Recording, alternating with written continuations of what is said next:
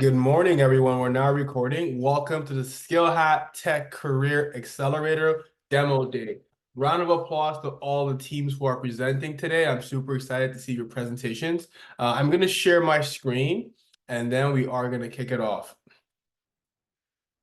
So first of all, can everybody see my screen that says Demo Day with some handsome and beautiful ladies here? It says judges.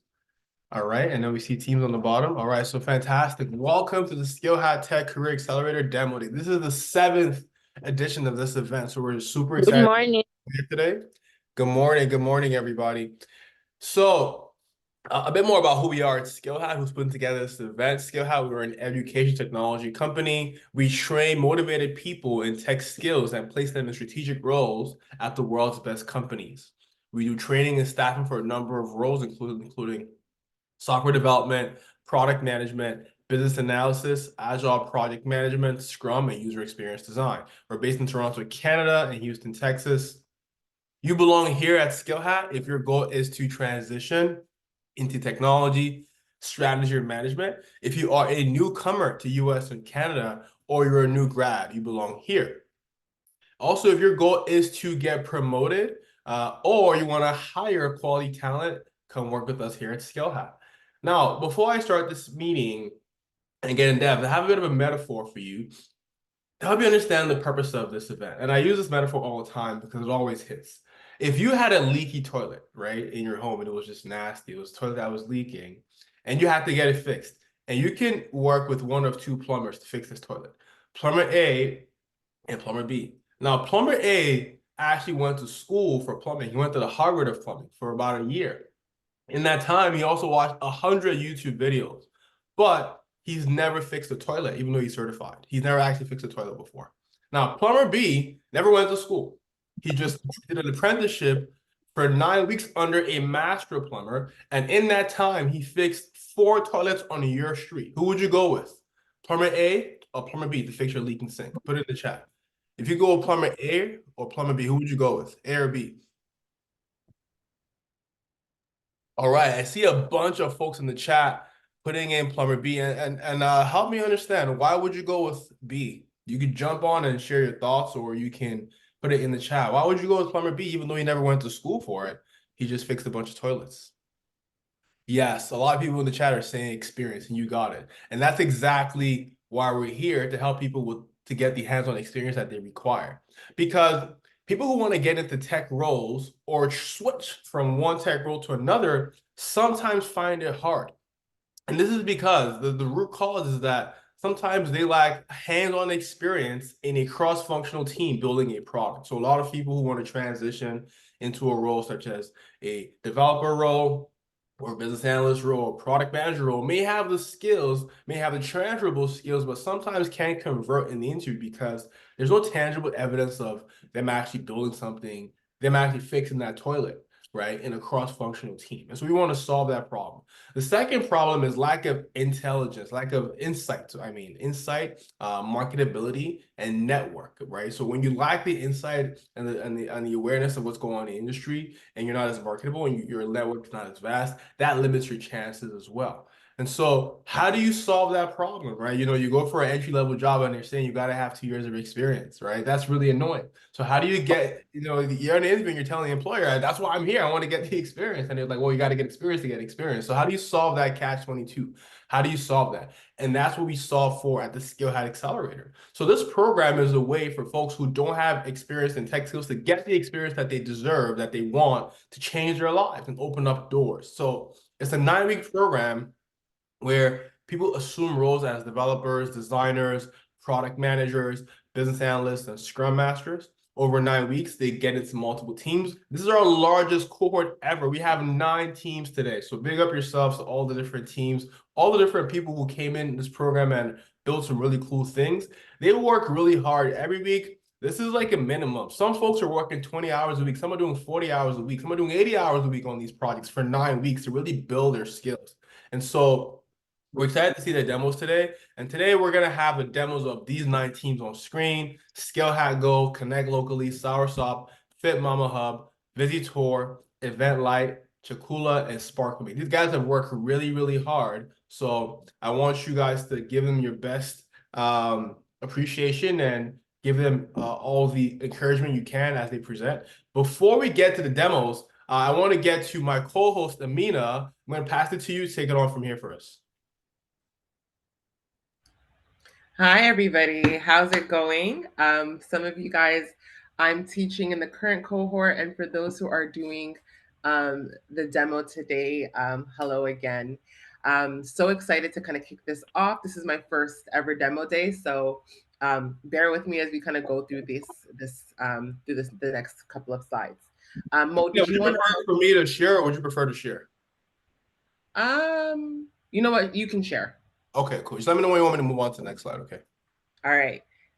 Okay, so my name is Amina. So most of you guys know me as the instructor for the business analysis class. I've taught many of you. For those who've taken other programs like the project management, product management, I probably haven't met you as of yet, but it's great to meet all of you. I've been working with SkillHat for the past 2 years. I'm a senior business analyst and worked for many different organizations throughout my career. But one of my passions is, of course, coaching and mentoring all of you. So that's just a bit of who I am.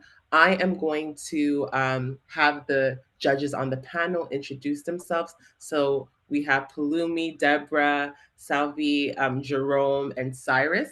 So I'll pass it on to, I guess, whoever's next to me is Palumi. If he's on the call, you can introduce yourself and then we'll kind of take it by our pictures. Yeah, if you could also let us know what you're most excited for today in this event for the judges. Sure. My name is Palumi. I am a, senior product manager for a company called Ajiro. We build software in the automobile space. Been in the tech space now for a decade. I work with SkillHat as one of the coaches, helping students transition successfully into product management roles and business analysis roles. Today, honestly, I'm just super excited to hear all the great ideas. I'm very excited to hear business models. I'm very passionate about business models, how you turn these products into money, right? Because at the end of the day, you want to deliver value to your customers, but also you want to keep the lights on at the company. So I'm super excited to hear just how folks are thinking through these problems. And yeah, super excited to be part of the panel today. Fantastic. We're gonna go to Alsawi. We'll skip Deborah. She's in traffic, but she's gonna be on here shortly. So we'll go to Alsawi. No problem. Hi, everyone. My name is Alsawi. I'm a senior instructor for product management at SkillHat. I'm also the CPO and founder of Prevail. And I'm very excited to be here for two reasons. One, of course, is to see some of my students demo from the product management cohort. So excited to see the outcomes. Usually, I love to know more about the experiments that you ran. How did you test or validate your ideas? And how did you find your product market fit? So that's an area of huge passion for me and curiosity. So who do I pass it on to? Jerome, you want to go next?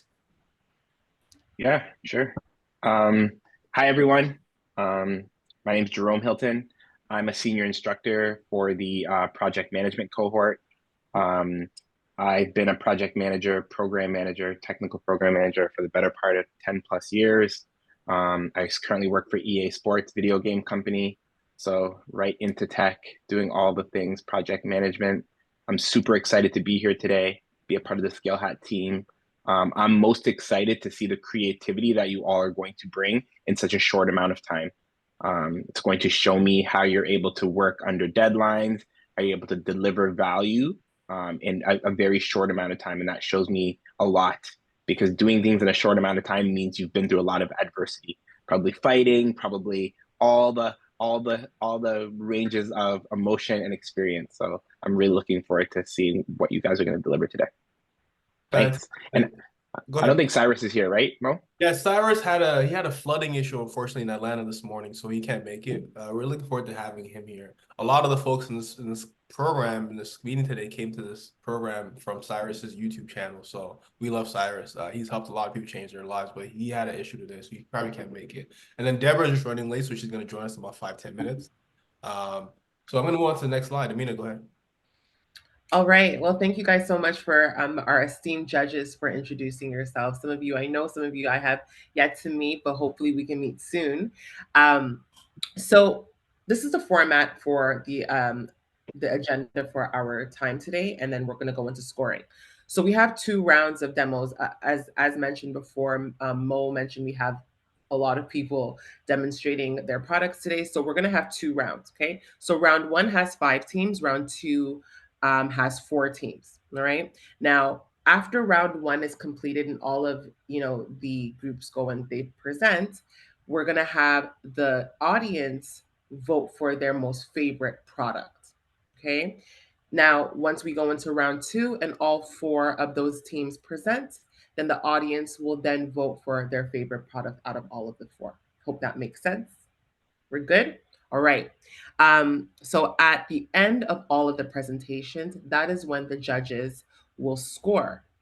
All right, based off of everything that we've reviewed. And then the highest overall score will be the demo day winner. Right. So in summary, today we will have 3 winners. Right, audience 1. So the first winner would be audience 1. Vote for round 1. So the winner for round 1.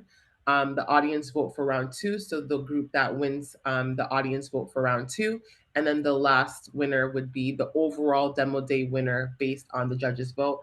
I think that's like the highest, where the judges vote and say this is the group that we like the most. The overall winner of the demo day judges vote will get $1,000 reward, okay, towards any surprise. All right, you guys, this is the first time we're doing this. This is a big announcement. We said, you know what, there's 9 teams in here. This is our biggest cohort ever. There were about 100 people in the cohort, so we wanted to make it special for you guys. The winner of today's event will get $1,000. The team will get $1,000 that you can use towards your product development, as far as buying licenses or purchasing cloud space or domain, whatever it is you want for your business. You have $1,000. This is not money to go to KFC with, okay? This is for the business. We're not gonna go eat chicken after the event with this money, okay? All right. Sushi. All right. So that's amazing. That is amazing. I wish that I had a demo day back when I was taking a course years ago, because I would have used that money for something real good. All right, so let's talk about timing. Timing is absolutely important, as obviously it's a Saturday, everybody's crunched for time. So let's talk about timing. So each team will present for 6 minutes. That's the maximum. 6 minutes is what you have to present. After each presentation, judges will provide feedback and ask for clarifying questions. Now, this is going to be 3 minutes. So not all judges are going to be speaking. There will be a couple of judges who are appointed for each team to speak on what, give feedback. So that's 3 minutes. So that's 9 minutes in total. All right. So the judging criteria. So 1, presentation quality. Is your demonstration quality, top quality? That's what we're looking for. 2, product and technical depth and quality as well. Is your product have depth? Is it high quality? 3, product design. How well has your product been designed, right? So that's what we're judging against. And then the 4th is business viability. Is it a viable business product that somebody can look and say, hey, I'd actually invest in that product? So that's what we're looking at. All right, now audience rating. Okay, so this is more, look at this wonderful little picture here. Shut up and take my money. So the idea behind this is, when you're looking at the demonstrations, are you like, okay, it's enough, don't talk anymore, I love this product, take my money right now? So the audience is going to be rating the teams based on so it says audience only. So okay, so it's going to be based just on if you like the product, if you which is your favorite product. And again, like I said, is this like shut up and take my money, I want this product now? So that's how you're voting. All right. At the end of every round, we'll post the link. Yeah, we'll post a link in the chat for you guys. All right, and then this is the order. So for round one, we're gonna have these teams present, and then round two, these are the teams that are present. Okay, and that's it. It's demo time. Okay, it's demo time. So I'm gonna stop sharing, and like we said, the first team that I present is Team ConnectLocaly. So as we present, judges, just want to confirm, judges, you all have your judges sheet. Right, ready to go. So as each team is presenting, we want you scoring live in real time so that you don't forget and do everything at the end. So live in real time, you're putting your scores in. Just to quickly confirm if Debbie's in yet. Yes, Debbie, you're in now? Or are you able to? Yes, I'm here. I'm gonna come on camera in a bit. Okay, great. All right, welcome, Debbie. We'll let you settle in, and then probably after the first team does your presentation, when you settle, you could do your intro. And so with that being said, guys, I'm really proud of everyone here.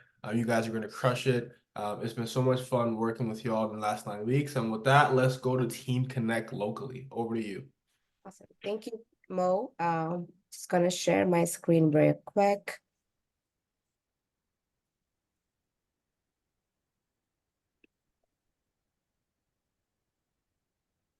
Just checking here. Can everybody see my screen? Correct. Yeah. Yep. Okay, awesome.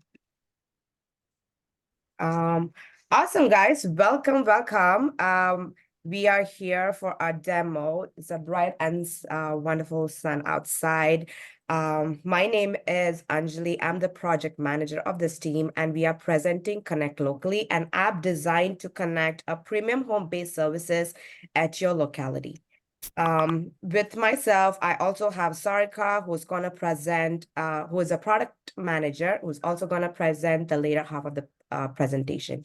Before we dive in, let me just introduce, let's watch a video just to understand what's this business about. Stop sharing, Angie.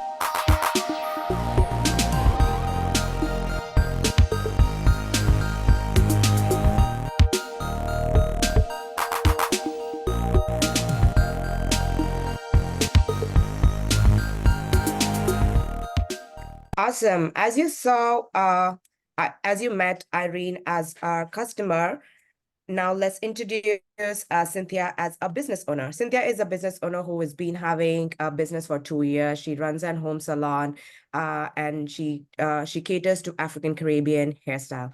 Some of her pain points overall she's been going through is she's not finding her customer a new clients. She's always just finding the old clients in whatever she knows about. Even having an online presence, leveraging marketplace, but her database has still not grown. You clearly see that there's a problem to solve here. In over the 9 weeks, we validated and we conducted surveys and interviews and identified pain points of these customers and home business owners. We clearly know that ConnectLocaly comes here as a picture where we bridges a gap between the small scale business owners who runs their business in the house to connect all to the community and providing that platform to engage in that services. So in the market analysis, currently, we know that there's a lot of immigration happening in Canada, which counts that there's a more number of people who's opening this kind of business and there's more customer base.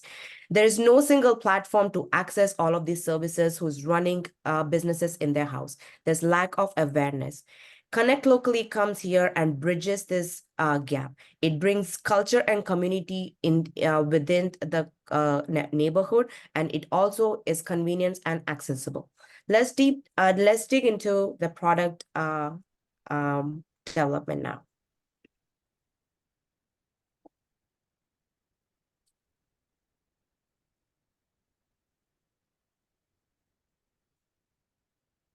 When Irene comes into the app, she logs into the app and she registers. As she's already registered, she just logs in and comes into the main app. She can access to the categories. She just goes to the category search bar and types what she requires. She's looking for a boho briefs. She can also filter through different categories here.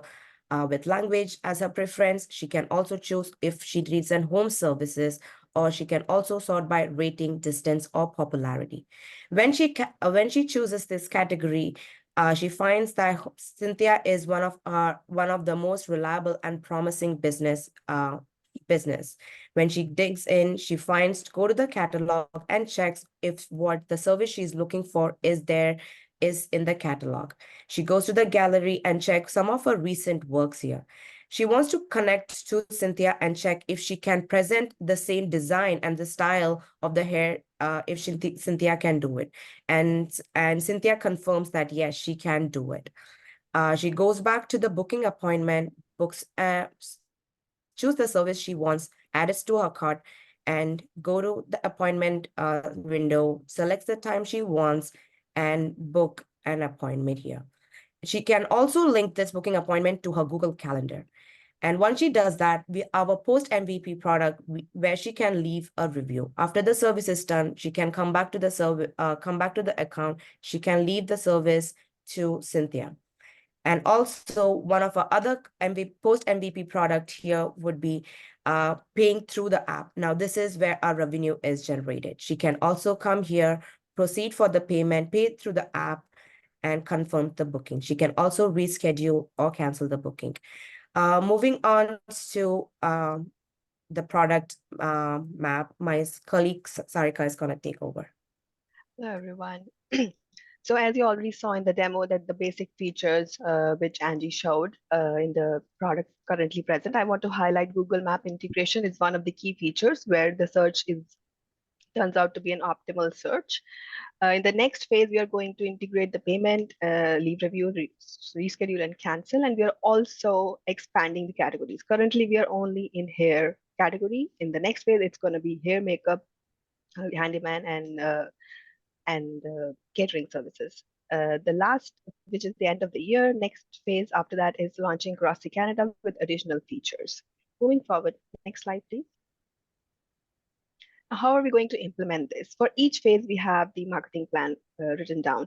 Starting with MVP phase, we'll do product awareness campaigns and marketing within the network, reaching out to the community events, like reaching out personally to them. And then moving into the next phase where we're doing category expansion and doing payment integration, we'll get the commission from sales and paid listings. And for the last phase, we will add paid promotions and revenue from ads. Next slide. Now, what are the revenue streams? How are we making money? One is the sales commission. That is 9% commission charge on each booking, which is made through the app. Next is the paid promotions, where business owners can highlight promising services within the app so that users can see what are they're offering, which is different from other people, and they can book those services. And the third one is the paid listing, which is based on business owners, they can come up like into the top 3 of the search results, and the charges, like average charge is 99, and they have options to pay monthly or yearly. Next slide. Now, with all this done and calculated, we are expecting the business outcome after 5 years is 12 million revenue with total 1.2 million active users. I just want to highlight these users include the customers like you and me who want to go and search on the app, plus the paid and non-paying users. But the paid active subscribers will be the which we are projecting is approximately 6,872. All right, you have half a minute left. Next slide. Just want to say thank you to the great team we had, great experience for the past 9 weeks. I want to give a shout out to the team, and who wants to now join the wait list. If somebody knows a home-based business owner, please let them know about ConnectLocaly so that they can join the wait list. Thank you so much. All right, let's give him a round of applause. All right, you can put your comments in the chat. What do you think about ConnectLocaly? Let them know what you thought about their product and their presentation, and then we'll pass it to Amina for the feedback session.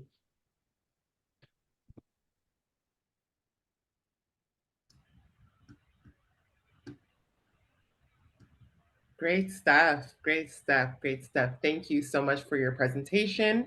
So we're getting a lot of comments in the chat. You guys keep them coming.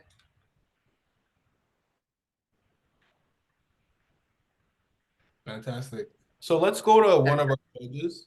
I think we could start with Bellamy. So Bellamy, what are your thoughts, feedback, and your questions? First of all, great job. In a short space of like 9 weeks to deliver that. I think you guys did an amazing job, amazing research. I like the overall idea. I think personally, I think there's a business here, right? I have a couple of questions though for you guys. So to start out with, 9% commission. Why 9%? How did you come about that number?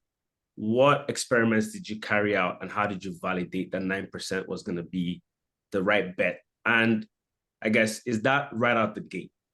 That's my first question. You want me to take it, Angie? Yeah. So we initially started with 2%, which was really low. And then during our sessions with Coach Akin, we discussed, and they said the commission charges usually 10 to 15%, but we wanted to be a little conservative because we are starting a new business, so that we don't want business owners to run away with the kind of commission we are charging. That's why we just picked 9%.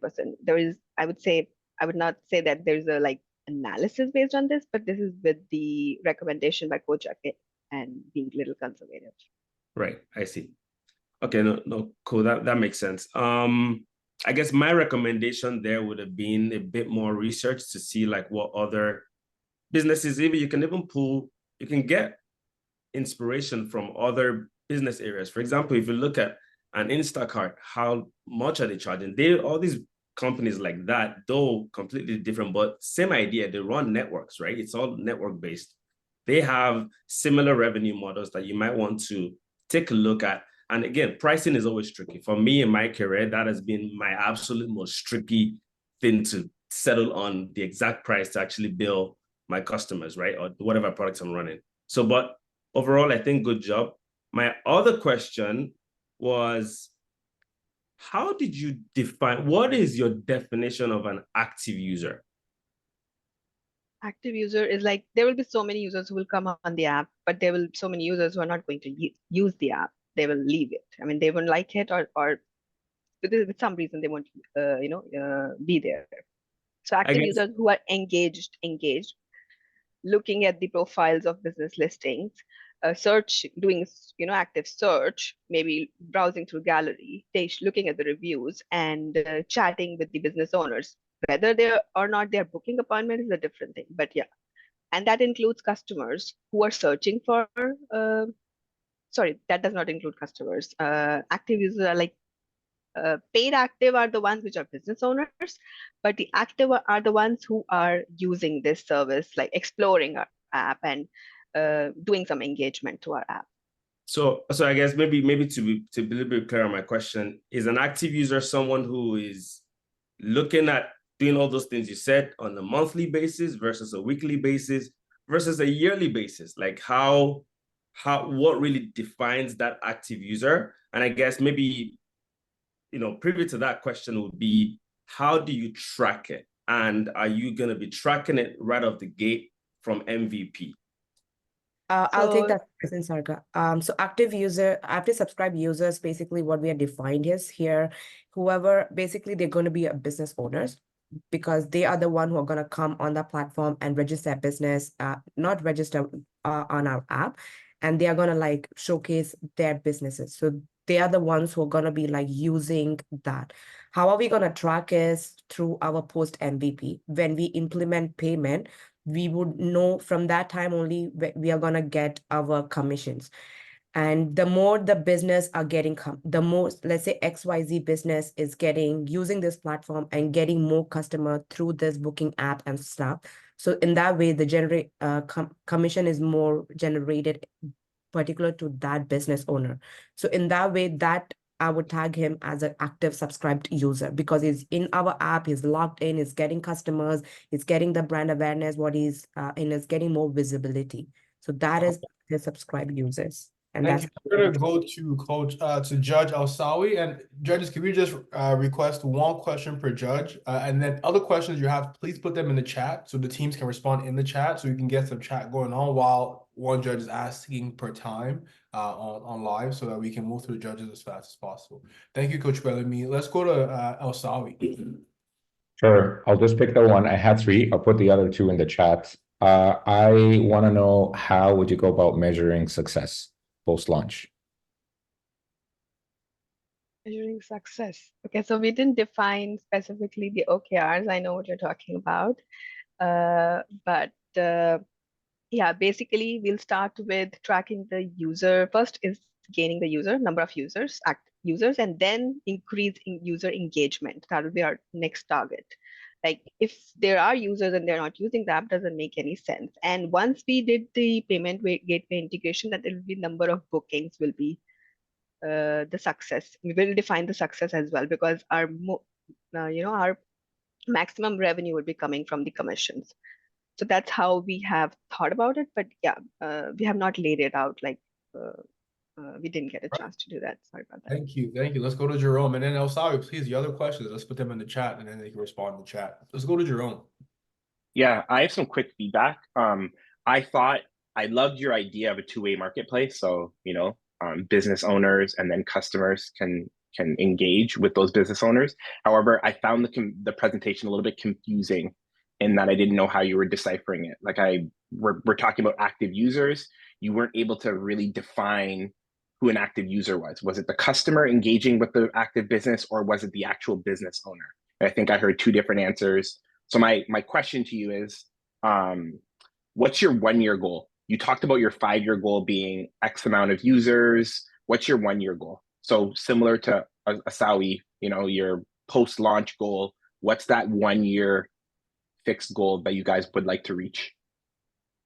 So in terms of users, like paid users, what we have listed in our analysis is we'll get 200 users who are staying on the app and using the app. That's from a business owner standpoint. Business owners or users? Business owners. I'm talking about Be really clear about that. Yeah, business owners. Be really clear about that. Yeah. Yes. And apart from that, we have 35,200 is the number for year 1, which is the user base, which is like customers who are going to search for the services. That's for the year 1 we have calculated in the analysis. Wonderful. Thank you. Thank you so much. I appreciate all of the feedback the judges have given. Round of applause for ConnectLocaly for presenting. All right, so we're going to go to team 2, and this is Groupio. So you can share your screen and present your product. All right, and just as a reminder, we have 6 minutes per team and 3 minutes for judge feedback. We did go over in the first, always expected. The first time we'll go over a little bit, but we do have 9 presentations, so we don't want to be here for 6 hours. So every team, let's keep it to 6 as much as we can, and judges keep it to 1 question. All right, Groupio, let's go. All right, can everyone see my screen? Yes, okay. Hello, everyone, and good morning on this beautiful Saturday morning. My name is Tiffany Miller, and I'm one of the product managers for Groupio. And we are going to go ahead and, so this is a quick snapshot of my wonderful team who has worked so hard for the last 8 weeks. So I just want to say thank you and shout out to them. And so Groupio is designed to streamline and coordinate the planning and execution of travel experiences for groups. However, we found that the market research has revealed that there are several pain points that still have not been addressed. And that's including the itinerary planning, communication, timely decision-making, and expense tracking. So now I'm just going to get into a quick video demo of our product.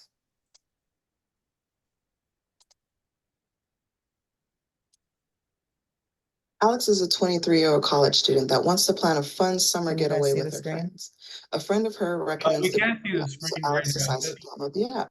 No? Okay. I think maybe start again. Make it full screen, see if you can see it in full screen.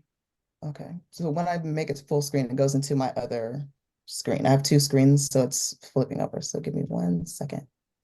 We'll give you some extra time to move that. Okay. Can you guys see it now? Yes. Yes. Okay.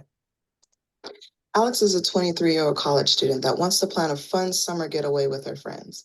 A friend of her recommends the Groupio app, so Alex decides to download the app. Alex creates her account and starts planning her first trip. Alex and her group of friends have already decided on the dates and destination, so Alex enters the dates into the Groupio app. Once she's completed entering her date, she's now prompted to add the details of her trip. Alex enters the details and selects submit. She now has the option of sharing the link via email or copying and sending it in a text message. Once her friends have created an account, they are now added to the group trip. A day or two later, Alex goes into the group profile where she now can see that 5 of her friends have confirmed their attendance. The group books their flights and stays through the Groupio app, and now they're on the way to Portugal. Alex and a few of her group members decide that they would like to go to a beach party, so Alex adds it to the calendar.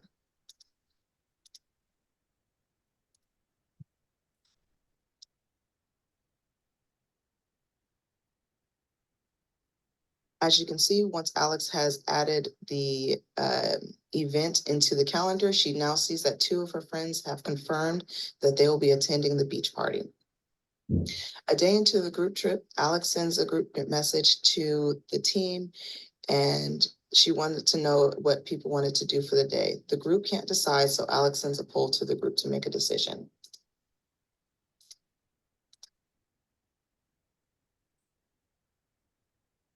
Alex and the majority of the group have decided that they would like to go out to eat. After Alex has paid for the group brunch, she now then sends the group expense. She now is going to send the group expense to the appropriate parties for their portions of the bill. Alex will now go to the expense portion and add the details of her expense.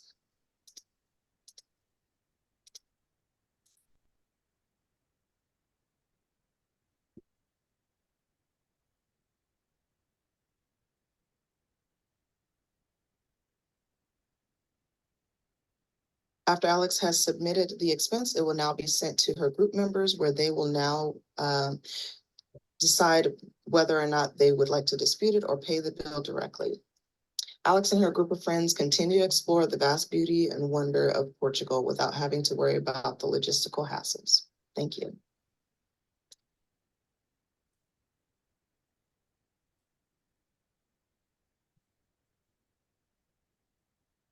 Can you guys still see my screen? Yeah, we can see your demo. Your slide that says demo. Slides. Okay, cool. So this is just a quick overview of the product comparison. As mentioned before, Groupio does plan to hit those pain points that some of these other top competitors do not hit. And in our market or in our research, we've received 37 responses from our survey and interview. And of those responses, 81% have reported the difficulties in organizing, coordinating, and managing group trips. In addition, 97% of those respondents have expressed interest in a group travel solution. The respondents, the respondents were primarily individuals that were ages 18 to 41, and that included students, young adults, and working professionals. So this is our business metrics for how we plan to bring in our revenue. We plan to bring in revenue based off of bookings for commissions, transaction fees, in ads, as well as data monetization. And this was based off of just general research that our BA has done. And again, so this is a roadmap of how we do plan to, again, execute that monetization. So as you can see in Q1, we want to launch our MVP as well as our key features. In Q2, we plan to improve the monetization as well as work on our retention strategy. In Q3, we plan to, again, keep working on our monetization strategy as well as take advantage of seasonal promotions as the year does change. And in Q4, we plan to expand and increase our engagement and our retention and just continue to improve our outreach on different platforms. And this is just a quick overview of our cost benefits analysis. In year 2, we do plan to break even, and by year 5, we do plan to triple our actual revenue. And let us know if you guys would like to invest in this. Let's travel better together. Thank you. Amazing, amazing work. And you actually got that done within 6 minutes and 30 seconds. So that's amazing, amazing job, Groupio. So for all of the people who are on the call right now, please put your feedback in the group chat, and then we're going to go over to our judges to provide their feedback. So I'll hand it over to Palumi. Great job. Really thorough analysis, I think. I like the fact that you guys went into like the TAM, SAM, SOM. I think it's super critical in like just, segmenting and really getting deep down into like what customer segments you're targeting. So honestly, awesome job. Curious to know, did you carry out any customer like user research like to validate the idea? I'm not sure I really got that at the beginning. That would be the only question I'll ask. We did do research. We did do, well, it was more of interviews and surveys. And so we did have about 37 participants that did send in that response. And that's what we did receive, were the key issues were communication, expense tracking, as well as organization. A lot of people did say that they're tired of emailing, texting, and just using these different forms of communication. And then they realized that they also spend more money because they're not keeping track of what's being spent on their trip. So we just thought that those were pain points, and we just found in our actual research that there are other competitor apps that do not actually have that. Great, thank you. Thank you so much. So we're going to go over to Jerome and then Deborah. So each judge has a minute to provide their feedback. Awesome. No, great job, guys. That's a great product. I really like how there's both the pre-trip planning that you can do with your group, and then while you're on the trip as well. I think the value proposition there is quite good. Just a quick question about your monetization. Can you quickly go into a little bit more detail? I know there was a slide about the different areas that you'll monetize. I really just wanted to know a little bit more about how you plan to monetize the app. I love the idea. I just want to know a little bit more on the monetization strategy. And it may be vague. I just want to, yeah. No, it's okay. Yeah, so we plan on the majority of our monetization coming from bookings. And so in our research, we found that 10% is probably about the average percentage that a company or a travel agent would receive in bookings. So that would be our primarily, stream of income. And in addition to that, we also decided that we would also have like a booking fee. So we can add that into when people are booking their trips through our site as well. So the service charge as well as just ads. So we all know that ads can help free apps. So we also want to utilize that. So we have different forms and streams of revenue that we hope that would actually help boost our revenue stream. I know I'm only supposed to ask one question. It's quick. Do you mean each individual would have to pay a booking fee, or the group just pays one booking fee? Each individual. So because each individual will be making their own booking or any transaction. So each person who actually makes a transaction through our site would be charged an actual booking fee. Amazing. Thank you so much. Thank you. And then we have Deborah, last but not least. Hi, Deborah, team. you want to just introduce yourself a little bit for the group? That would help. Oh, sorry, guys. Okay, so my name is Debbie Mo Ekujumi, and I'm co-founder of SkillHat, and I'm also a senior product manager. So yeah, I think that's it. So my question is, and yeah, I'm a mother of one awesome boy. Yeah. Okay, so my question, this was really good, by the way.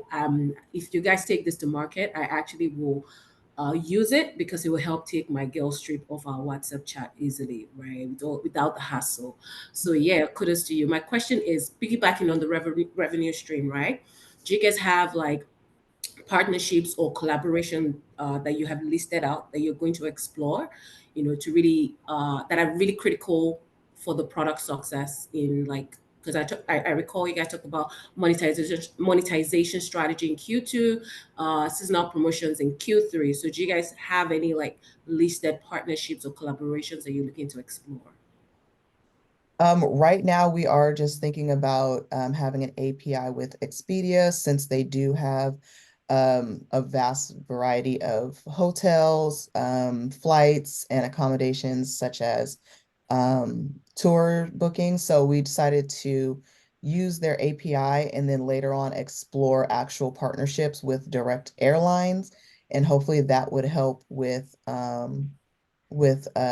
connecting those extra seasonal specials, and then also kind of thinking about Airbnb, but again, that's something more down the line. But mostly we're thinking about the actual airline partnerships. All right. All right, well, thank you so much. So judges, you can go ahead into your Excel and vote for that group. We're going to be going on to the next group, and that is Sparkle Mates. So we're halfway in our groups as we have we're almost there. We have about 5 groups to complete. So we're on our 3rd group. So Sparkle Mate, I will give you guys the floor to go ahead and present your product. And let's just give Groupio one more round of applause. Sparkle Mate. Yes. Amazing job, Groupio.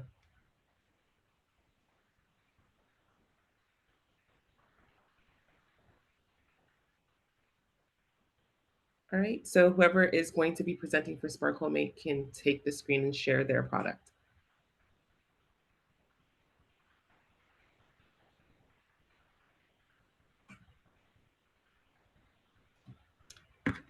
Yeah, good day, everyone. Tishay, are you on call?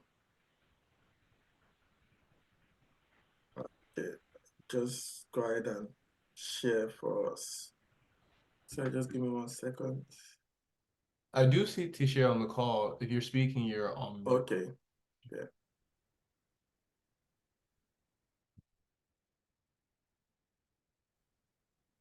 Good morning, everyone. Good morning. We All can right. hear, but we can't Yes, see. okay, now I can hear you. Sorry for the technical glitch. My name is Oluwatisha. I'm the product manager for team 8. That's the Sparkle Mate. And I would like to say that our team started off a very rough part. We didn't get ourselves together until the third week, and then we started coming up. So what's Sparkle Mate? SparkleMate is a convenient cleaning app. We try to connect cleaners to clients, and where we have a platform where cleaners can actually, come on it and get clients, and also clients can connect with efficient and well-trained cleaners to help them with their cleaning jobs at their home. And Could this we get was active speaker on video, please, so we know who's speaking. oh. Forgive me. I thought that was home. Forgive me. Now we can see. Awesome. All right then. So going forward,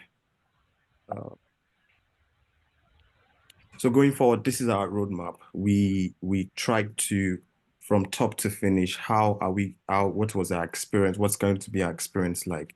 What's that big bet for us? We were able to also analyze the building blocks and also the values that we're going to give, and also what are we going to learn while we're working on this product. Now, what was our MVP? We had the user onboarding. We had booking, where you can actually have availability to pre-vetted cleaners in your area, and also use date and time and duration. And then we also were able to align the payment method and also the success metrics. Success metrics in the sense that we're able to track users' reviews and rating to gauge satisfaction, which with the cleaning services and app, which is very important and was very, very very, very key for us. And what was our competitive analysis? We were able to come up with two competitors, Andy and Mary Maid. They are very good in Canada and they are doing an amazing job. And then how we're able to access our market positioning, we're able to sample, about if not about 8,000 homes, just to see how they would love to use this app, our app, and then also how will it be when it comes to using a cleaner? What is that one thing they are looking for?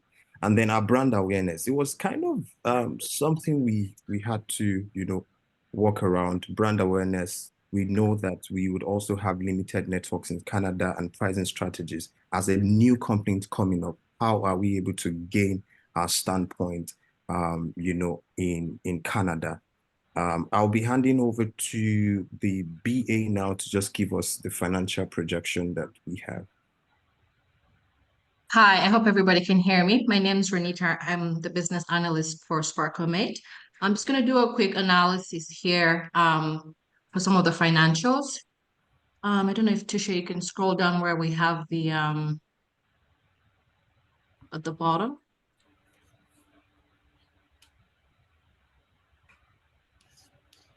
No? Okay.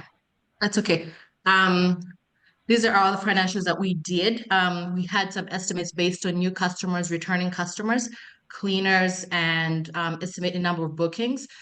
For our business model, we decided to charge a $20 percentage for the bookings that the cleaners would bring in because we're not going to charge them any registration or any monthly subscription. So we just decided to base our financials on charging them a percentage of how much they bring in. So we estimated like in the first year, because depending on the number of customers and depending on the amount of cleaners, we just had it at our service revenue at that point would be 9,000. And in the second year, things would start to look a little bit better. We had some fixed expenses in the beginning.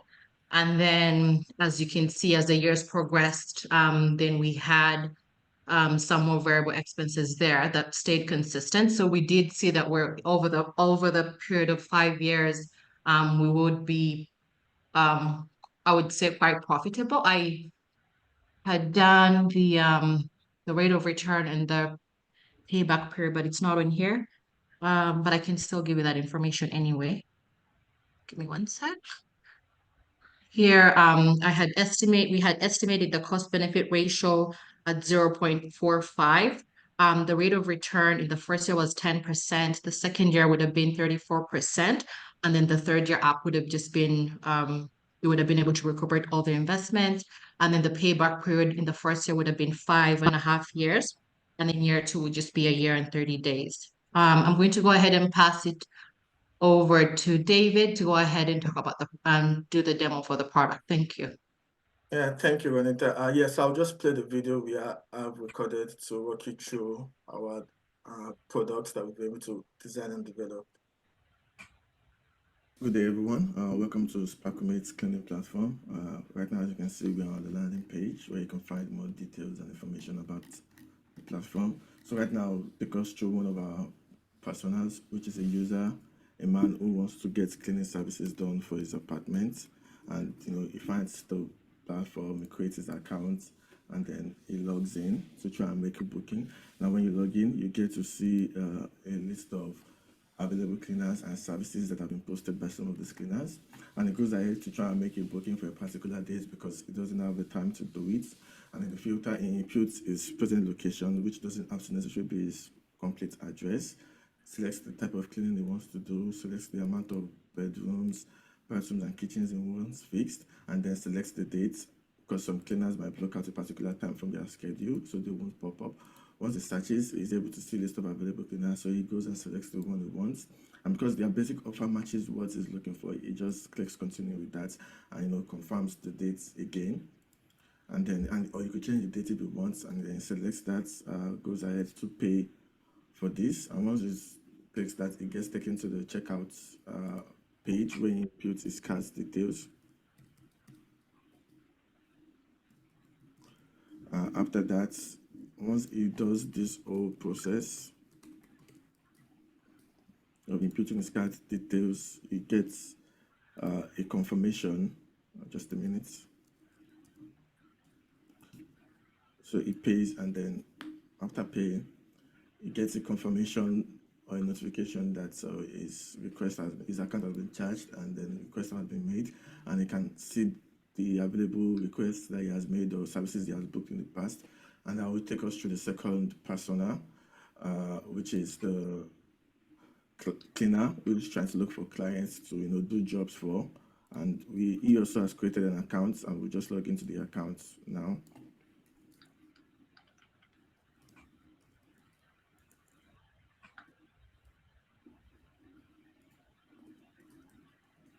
All right, your team has about 1 more minute. Once he logs in, he gets the opportunity to see his upcoming services, bookings, active bookings, and then he also can post a booking. But because someone has already booked an appointment with him, he can go here and see the list of bookings that he has to do. And because this is the latest one, he can decide to, either accept or reject it. Once he accepts it, it gets confirmed and the status changes to upcoming. And in his email, he will get a notification that tells him he has a service on our appointment that he needs to either accept or decline. Same also for the clients, they get a notification that they've had a confirmation for their booking service. And if he wants, he could also post a service and input all the necessary details in it. And once it does that, it gets shown on the client's dashboard when they log in. Thank you. Yeah, so that's all for the presentation on the product itself. All right. Thank you. Thank you guys so much, SparkleMate, for your presentation. Great stuff and good work that you guys have done here. So for those on the call, please put your feedback into the chat. Let us know what you think about the product. I'm going to pass it off to our esteemed judges to present their feedback. So we have about 3 minutes. So we are going to be having Palumi, Alsawi, and Deborah providing their feedback. So I'll hand it over to you. A round of applause as the judges come. Let's just see some hands. A lot of hard work. A lot of hard work. Thank you. All right. Again, overall, great job, SparkleMate. I definitely think there's a business here as well. I think there's a good value prop here, personally. My question was just double clicking on your revenue numbers. So I did a quick research of Handy, which I believe is the largest player in this market. And their revenue, and I believe they started, 2009? Their revenue last year was $11 million. And you guys estimate that in 5 years, you're going to make what, $15 million? Are you a little bit concerned that perhaps that figure might be a bit of a reach to get to, right? Given that Handy, for example, plays in the US, which is a much larger market, and you guys intend on playing in Canada, which is a much smaller market. Are you concerned that maybe the revenue numbers are maybe a little bit skewed? So just based on the estimation, we base it based on the GTA, and we're looking to expand to other parts of Canada, but I guess it's good to dream big within reason, but we intend to also deploy intensive marketing on our end to kind of make us known out there. And with the increase in customers and cleaners, we're hoping that the service could become more popular. And definitely in our plans, we have the ability to be able to expand within other parts of North America for sure. Cool. Thank you.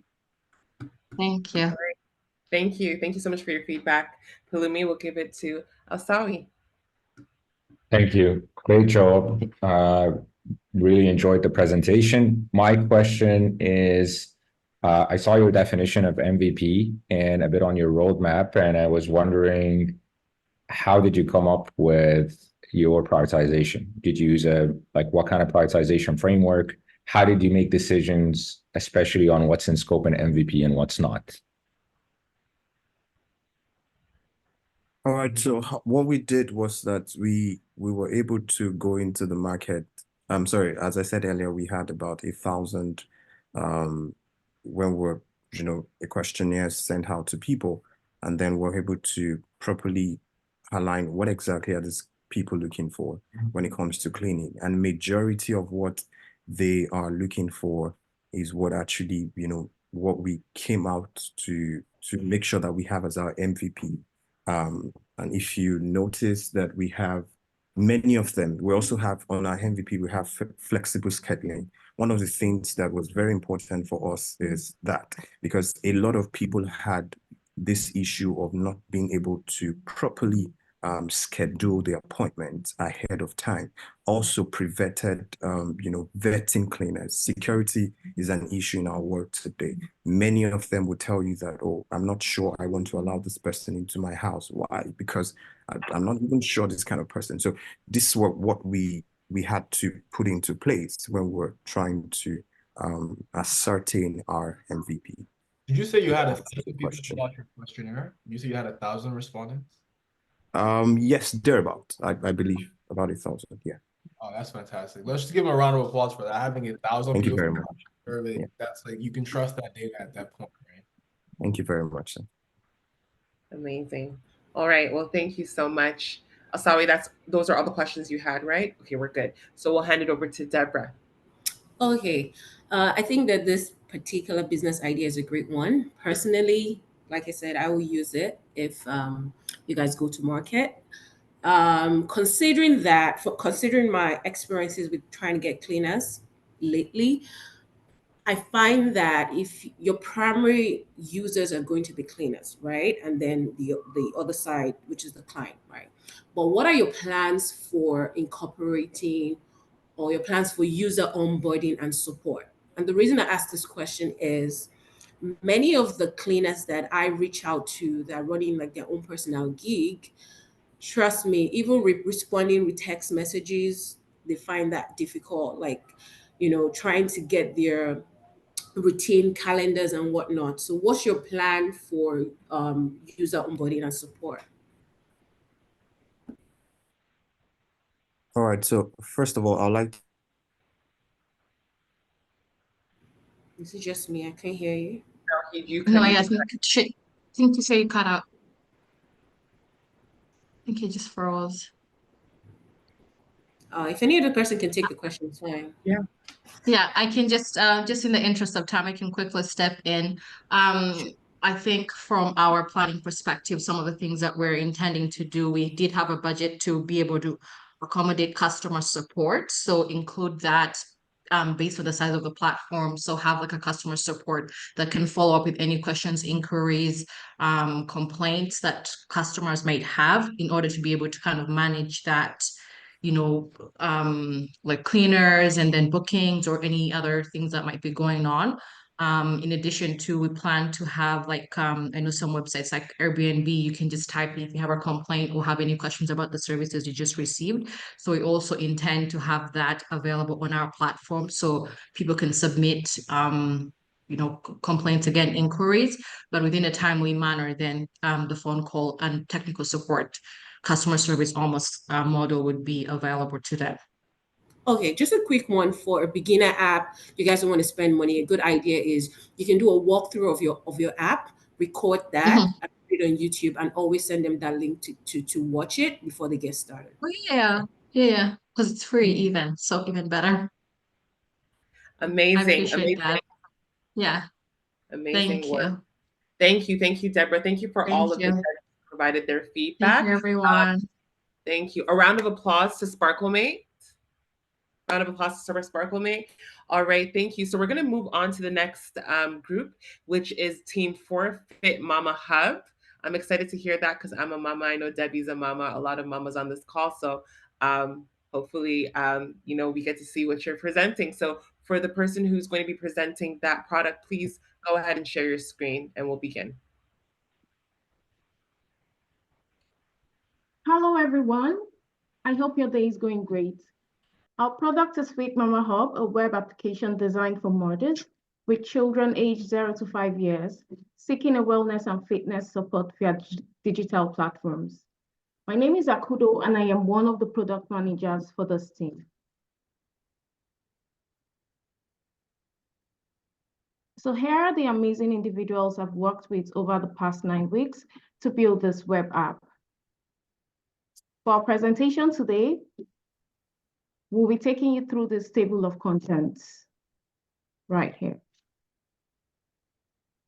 So now please sit and enjoy this video that introduces FitMamaHub, which solves our problem of mothers who yearn for a balance between motherhood and physical wellness.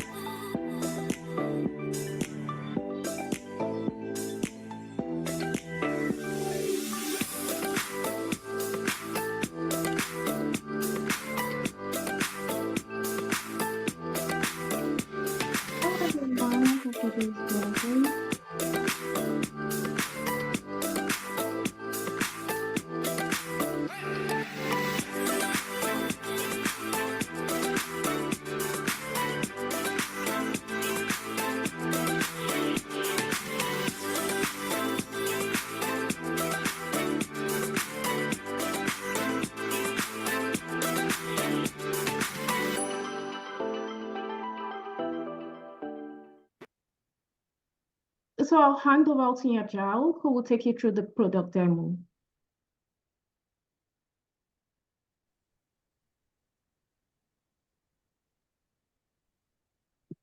Hello, everyone.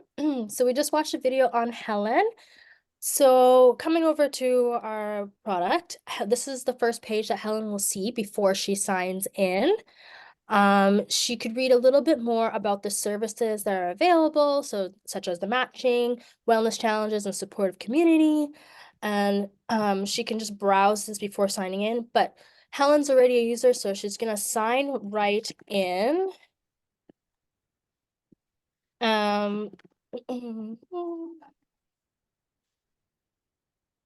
So when she logs in, she could edit her profile, but she's already did that already before this, so she's gonna go straight to the community page. So on the community forum, she can see that she posted 30 minutes ago, Workout Monday, share your sweat session. She can see a photo that she posted and see other posts that people in her community, such as Nancy, who posted about 2 hours ago. She can also see her network, so people who are in her area, and if she would like to connect with them, she can click, she can connect with them. She can also go into look at her chats or previous chats that she had. So this was a chat that she was having with another member. She said, "Hello, I saw your post about wanting to stay consistent with workouts, but I'm in the same boat. How can we be accountability buddies?" So she's connecting with people in the community forum and also can send direct messages through DM. She could also see and join challenges, such as this hydration boost challenge. So she clicks on the hydration boost challenge, it tells a little bit more about the challenge and members that are already joined. So these are our key features. I'm gonna stop sharing and pass it on to Ken.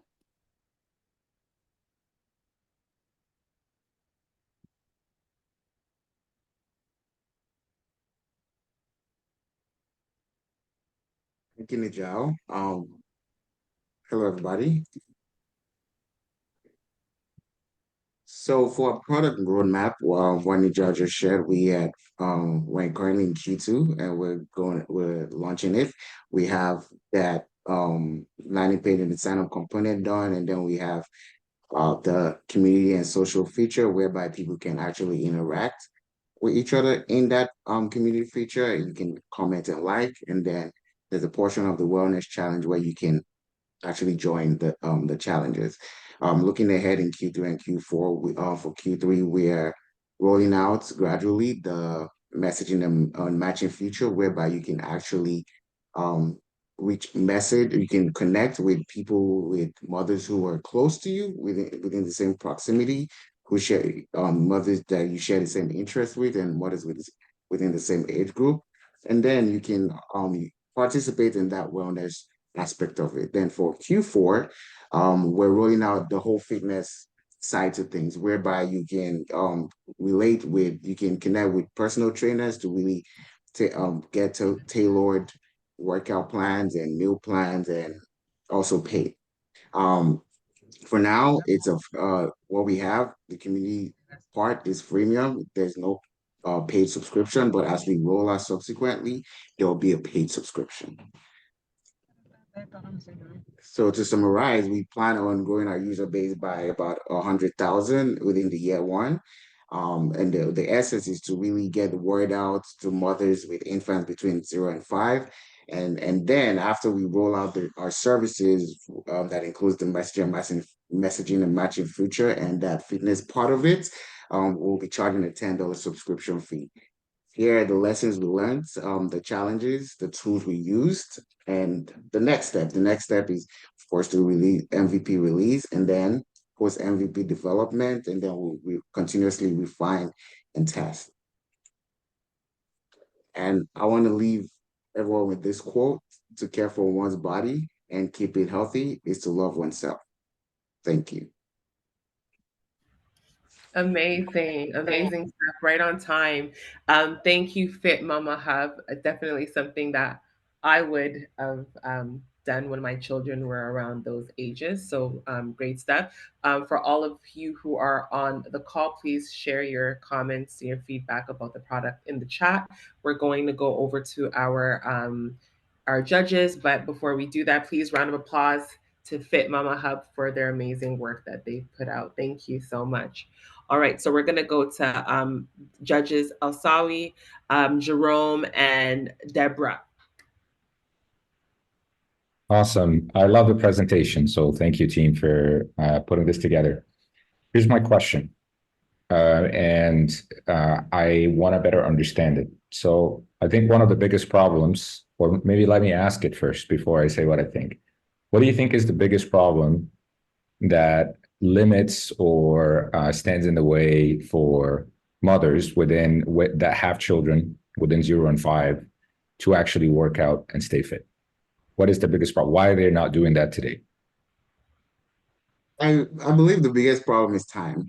They don't have a lot of time on their hands. And how are you guys solving that? Because you're not necessarily creating more time for them, but how are you solving that problem?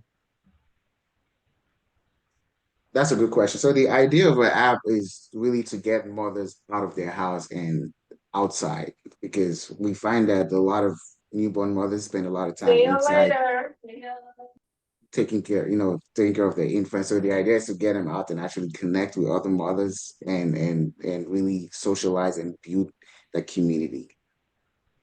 I'm sorry, the person who's on, just mute yourself if you're not on the panel or speaking. Thank you.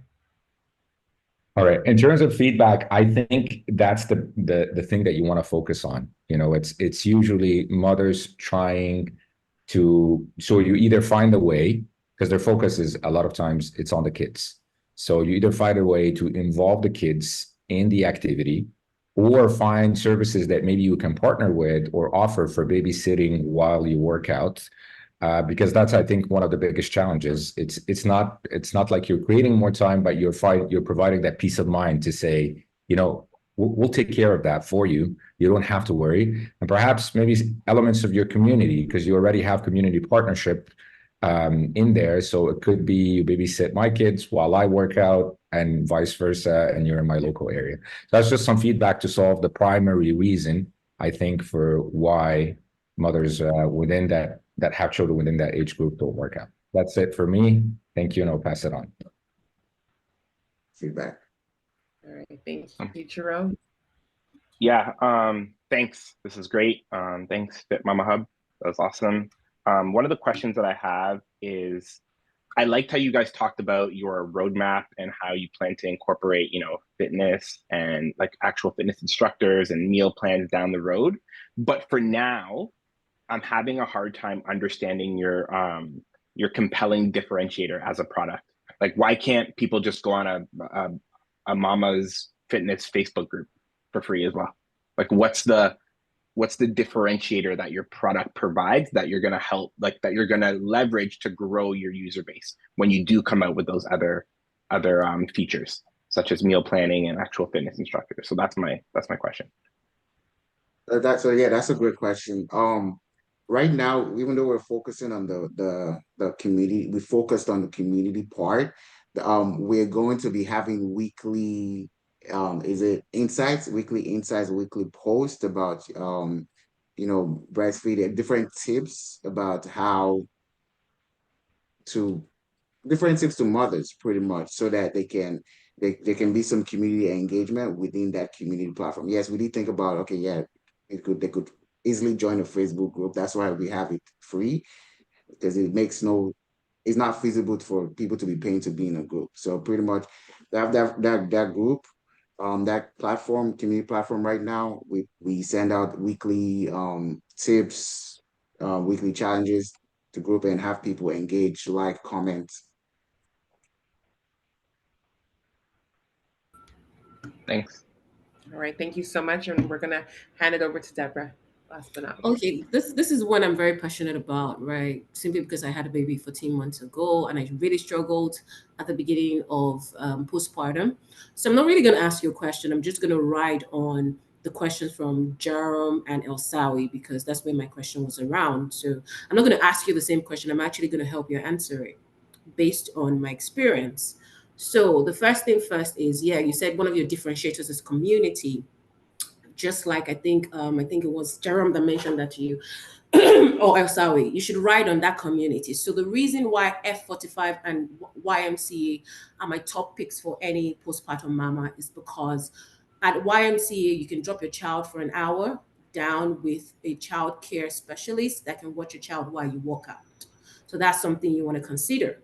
F45, you can bring your baby along, put your baby by the side. Someone's going to watch your baby while you walk out for 45 minutes. Now, the challenge with working out is not necessarily time. The major challenge is who is going to watch my child that I can trust while I do this workout. Another feedback I want to give to you is all of those tips and whatnot, breastfeeding, this, that you want to send to mamas, trust me, we're already overwhelmed. We already researched those things before having the baby, right? So I'm not saying you shouldn't do that, but don't add another layer of overwhelming support, right? You want to truly do a need assessment. I would advise that you go back, do a proper need assessment with your users, get feedback, and try to use this feedback to solve for their problems, their pain points, and let that be your differentiator. Yeah, another thing you want to consider is partnership, childcare partnerships, right? Then another thing you want to consider with a partnership is existing gyms that are looking for visibility, right? That have something related to childcare or postpartum, something like that. And another partnership you might want to consider is something like piloting that mamas can do within their houses while they watch their babies. Thank you. Amazing stuff. I definitely agree with Debbie. When I had my children, I was going to Good Life Fitness and dropping the children off at the daycare, and that's how I got my fitness in. But this app is great. Thank you so much. Round of applause for FitMamaHub. Great stuff. So we're going to go on to the last team of this group for I guess our first session, SkillHatGo. So team 5, please go ahead and share your screen. You have 6 minutes. Okay, confirming everyone can see my screen. Yeah. Okay. When I was telling them that we need to add features. Community is not enough. Okay, I think we're good to go, everybody. Thank you. So hello and welcome, everyone. I'm presenting SkillHatGo, an app that bridges the gap between employers and tech talent in today's world of monotonous recruiting. I'm Renata. I'm a product designer on the app. And with me today is Hilda, our business analyst. And here are the amazing individuals behind the app.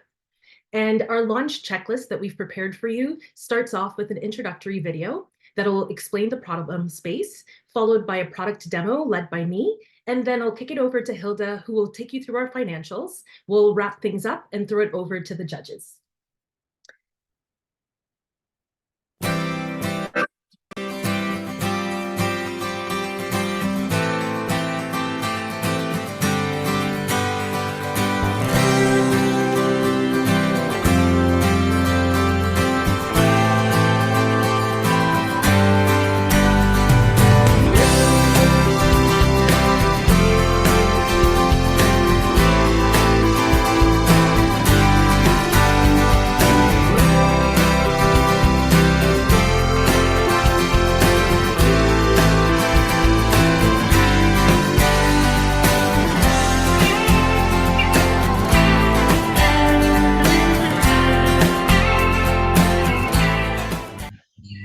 Thanks, everyone. And so now that you understand the problem, I'm going to show you. So there's somebody that's probably on mute. Please mute yourself or there's an echo. I think that solved it. Yeah, go Thank you ahead. so much. So now that we've shown you the problem, we'd like to show you the solution. And this was built by our developers in Bubble. So when Amir logs into the app, he's greeted by a dashboard and he has an opportunity to quickly start a new project. Today, we're going to create a project with our AI generator because Amir, like many of the founders that we spoke with, doesn't have a lot of time and hates filling out forms. So we're going to design an app for a yoga apparel business. And behind the scenes, our generator is going to do a few things. It's going to give him a project title, the main goal for the project, some of the tasks that will be required, and even how he plans to support the team. He's able to update any of the fields he wants. So we're going to go ahead and do that. He can even add the skills that he estimates that we'll need. So I'm going to select a few of those options. Everything else here looks good. So we're going to continue. And we get to the company details page where he can look at the information that he's previously submitted. And if it's still accurate, we continue, where he's greeted by a preview of the project. If he likes what he sees, he can publish. Once he publishes, it takes him back to the project page. And he actually has a members tab that allows him to keep track of the project as we start to add people to the team. So the moment the admin logs in and starts to add folks, starts recruiting, it'll tell him that we're recruiting. And then as people start to accept, that page will update dynamically. The other thing is once the project gets underway, sometimes issues come up. So he can actually report issues just like other people on the team. And maybe he's confused about when the project is going to start. So when does this start again? Students haven't reached out yet. So we're going to go and fire that off to the admin.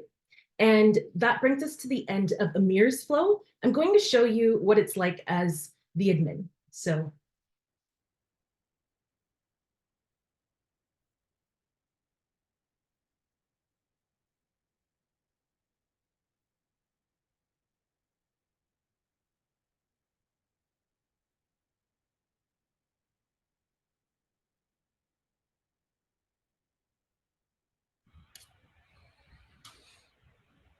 sorry, folks, it looks like we're having a technical database issue.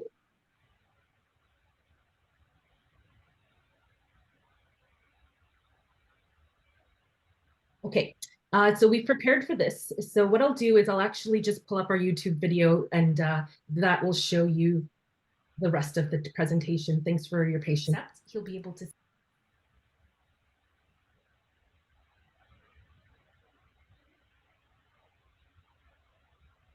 her perspective. So now we're logged in as Faith. And when Faith logs in, she's greeted by a dashboard that includes things like project issues, projects to review, and so on. So we're going to go ahead and click on review, and we're going to see the list of projects. And what we're going to do now is we're going to review the project that Amir just submitted. And if Faith is satisfied with the requirements for the project and believes our team is capable of doing it, she will accept. She has the option to accept and close, which just brings her back to the matching page, or she can accept and staff, which is what we're going to do. And so as you can see here, she's able to modify the team members. She can start to add what tech roles she thinks is required. So for example, if she thinks a developer no code and a product developer, product designer are the appropriate people, that's what we'll do. So I'm going to go ahead and see who's available. And it looks like Elijah Brown is a good fit for this project. So we're going to go ahead and add him. Now, the other thing we're going to do today is show you the issue log that Faith has to manage. So she goes back to the projects page and she goes to the issue log.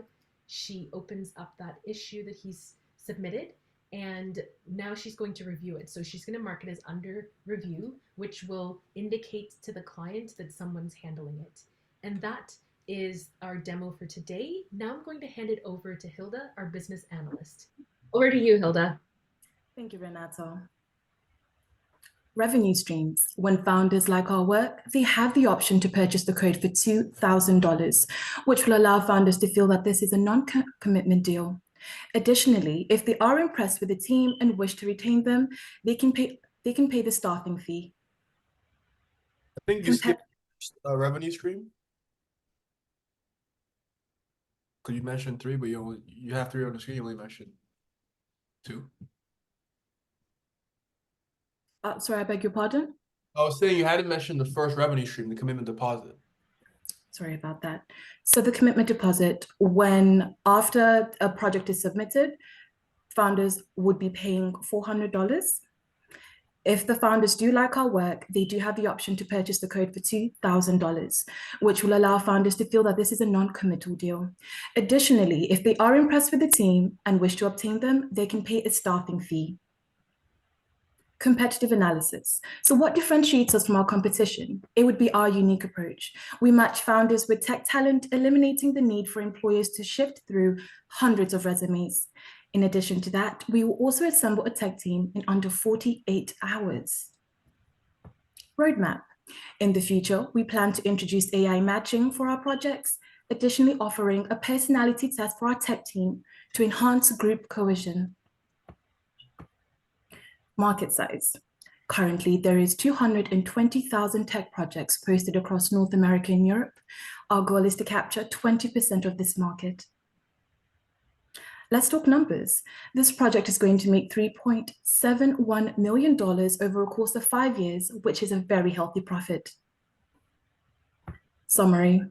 One of our main lessons learned was the process of continuous improvement. So what next? Well, both SkillHat alumni and founders can subscribe to our website to receive notification about the launch of our platform. Thank you, and that is the end of our presentation. Thanks, everyone. Round of applause to SkillHatGo. Thank you so much for that wonderful presentation. I like the personality test piece. I'm really big on that when looking for new hires. So that's amazing work. Everybody, thank you. Give your feedback in the group chat. And remember, you can vote for your favorite group. With that being said, I'm going to go to the judges for their feedback. So we have Palumi, Elsawi, and Debbie providing their feedback. All right, so you. Sorry, jumped ahead. Great job, SkillHatGo. I think really good presentation, very clean. I liked how just clean your UI and walking through the user experience was. So great job overall. Help me understand the core use case here. So I am a founder. I am trying to build an app, right? I put that as a prompt into SkillHatGo, and then you guys run the project. You find me the right talents and everything, right? Is that the value prop here? Yes, it is.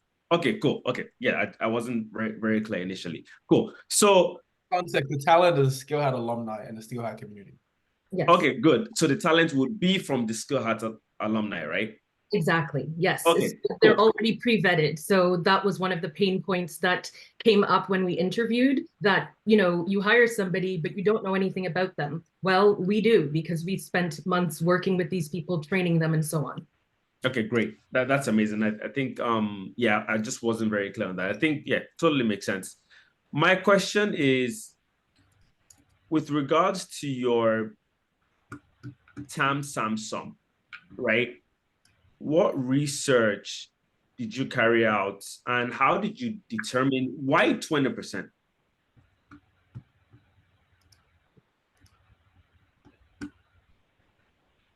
Sorry, I forgot I was on mute there. So we basically just compared it with the competitors. Ripen has a level up program, and they currently, between the year of 2021 all the way till today, have issued around over 24,000 micro internships. While Parker Dewey is a competitor within the States, has only been able to issue roughly 5,700 micro internships within the past year or so. So we wanted to focus within North America as well as Canada. We would want to capture 20% of that. So overall, we have available 220,000, and we just want to get 20% of that market, hence the 44,000 projects. Okay, cool. Thank you.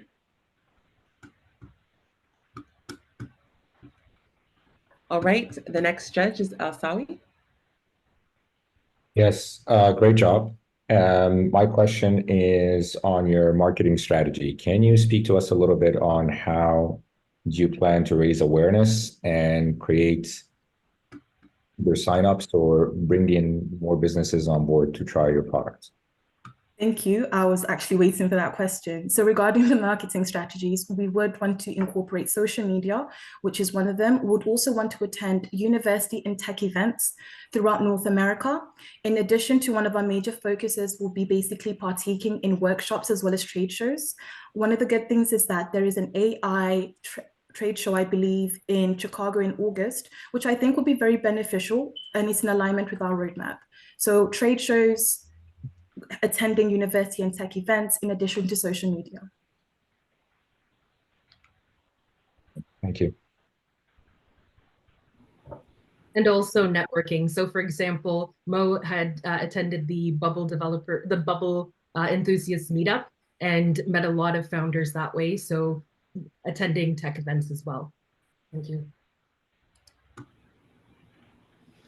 Okay, team, I could listen to you guys for like the next 2 hours and just be coasting along because you guys have really lovely presentation voices. So good presentation as well. My question is around your metrics of success, right? How do you want to track success? Because now you're dealing with founders, kind of very difficult terrain to tread if you really understand what it means to be a founder. So how do you want to measure success? It would be through the number of projects that we have. We do have a slide that does show a little bit of our cost benefit analysis. And what that was just more or less touching on was within the first year, since we were planning to launch around July, we would want to be able to obtain 100 projects. So not only for founders per se, but we are going to open it up so it's available for just about anyone, because to be honest with you, it all starts with an idea and everybody has an idea, but through our group vetting, we'll be able to see what it is exactly that we can actually do. So we'll be able to track through the number of projects in addition to having it open to people to be able to provide projects, and then we'll vet it out to make sure that we can be able to do the projects. And additionally, one of the other metrics is we've also forecast the number of code completions. So essentially, if they like it, they're buying the code. So that shows us exactly how satisfied they are. And then we can use that information to then kind of tweak anything that we need to. So if they're, if we've projected 60% are buying in the first year and we're at 50, then what do we have to do differently to bring us up to that projected number? Thank you for that. Just to piggyback on that, NPS score, very important, because if they like it, your NPS score is high, most likely they're going to refer you to another founder and the word is going to keep going on and on. And that pretty much shows you guys are doing a fantastic work with respect to the delivery of the project, which is the most important. Thank you. Thank you so much, everyone. All right, thank you. Mo, I'll let you close off. All right, so as you see in the chat, I've just posted a link now. So we have 2 minutes. Now, the judges cannot vote and the teams cannot vote. Only the audience, the general population who are coming in. So in this room, we do have some investors in the room who some of my friends who are investors are here. You guys can vote. We have some hiring managers. They're here, they're listening, they're watching, but they're anonymous. We also have some tech recruiters, right? So the audience, and then also the alumni who have finished the Accelerator from previous cohorts, and some of the guys who are in the BA cohorts, PM cohorts, ETC. So the general audience, everyone, look in the chat. If you can you click that link for me and just confirm you can see it. You can see a link that shows you a way to vote for your favorite team. I see Aisha saying, yeah, awesome. So I'm gonna give you guys 2 minutes, only 2 minutes. Please pick your favorite team, and then I will announce who won round 1 with the audience vote. Now, in the meantime, the judges are also doing their own scoring, okay, which is a different sheet that I'll show later. So for now, let's get into 2 minutes of voting. Thank you, everybody. Okay, so we're going to take a look, and we are going to close out the survey. Just give me a second here. All right, so the survey is officially closed. Let's see if I can see the results.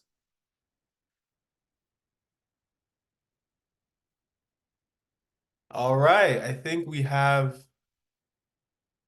Oh, all right, I think we have a clear winner. So I'll go from third to first. Give me a second. So at third place, so just let me, I don't want to say the wrong thing. Give me a second here. There we go. So at third place, in terms of round one, what the audience vote, at third place with 8% of the votes, and I'll show it on screen shortly, is SparkleMate. SparkleMate, let's give SparkleMate a round of applause. I want to see some hands. And guys, come on video at this point if you're in the audience, if you're here, anybody, let's just see each other.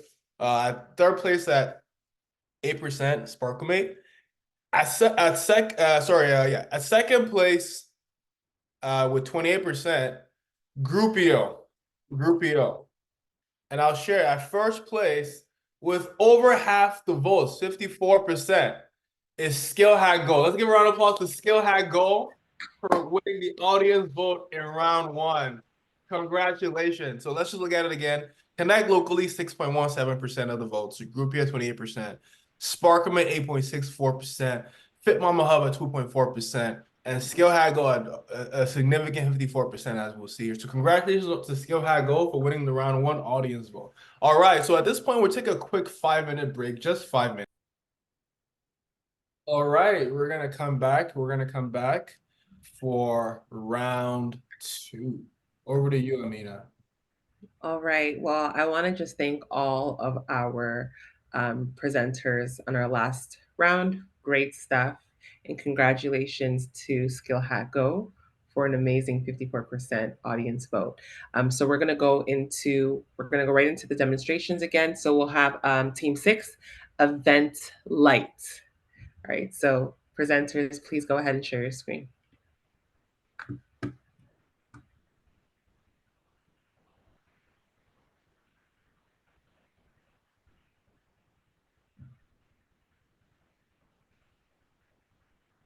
Team 6, are you ready?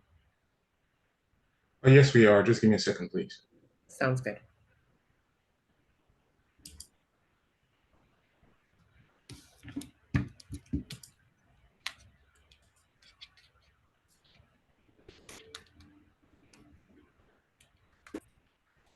Hi, everyone. I'm Stacy Mensa, the product manager for EventLite. This is my wonderful team who I worked with to bring this product to life.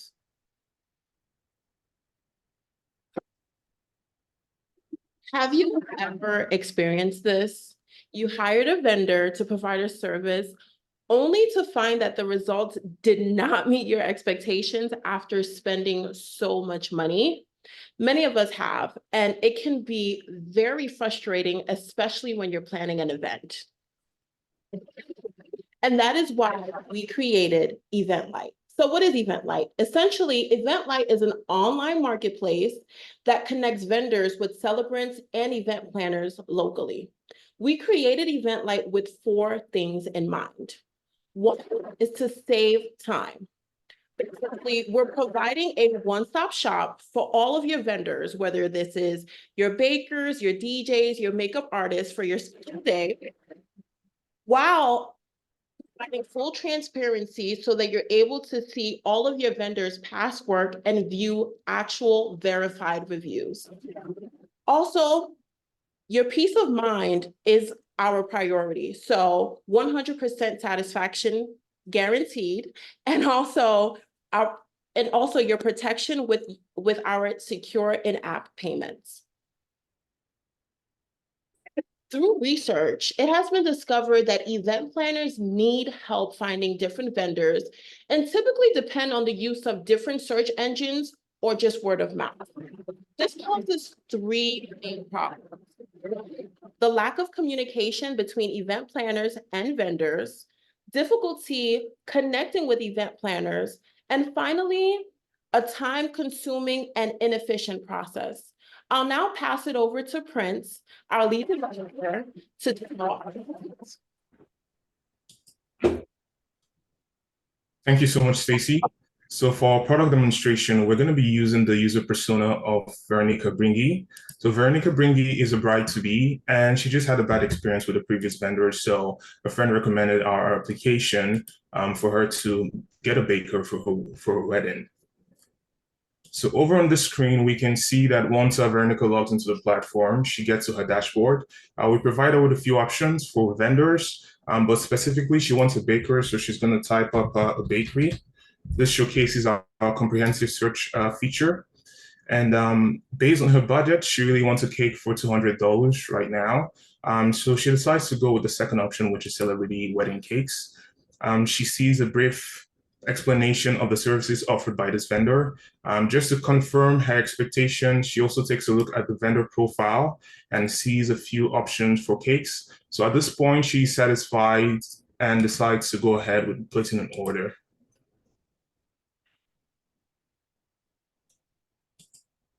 So in this case, she's going to put in her payment information. I'm just using a test card right now.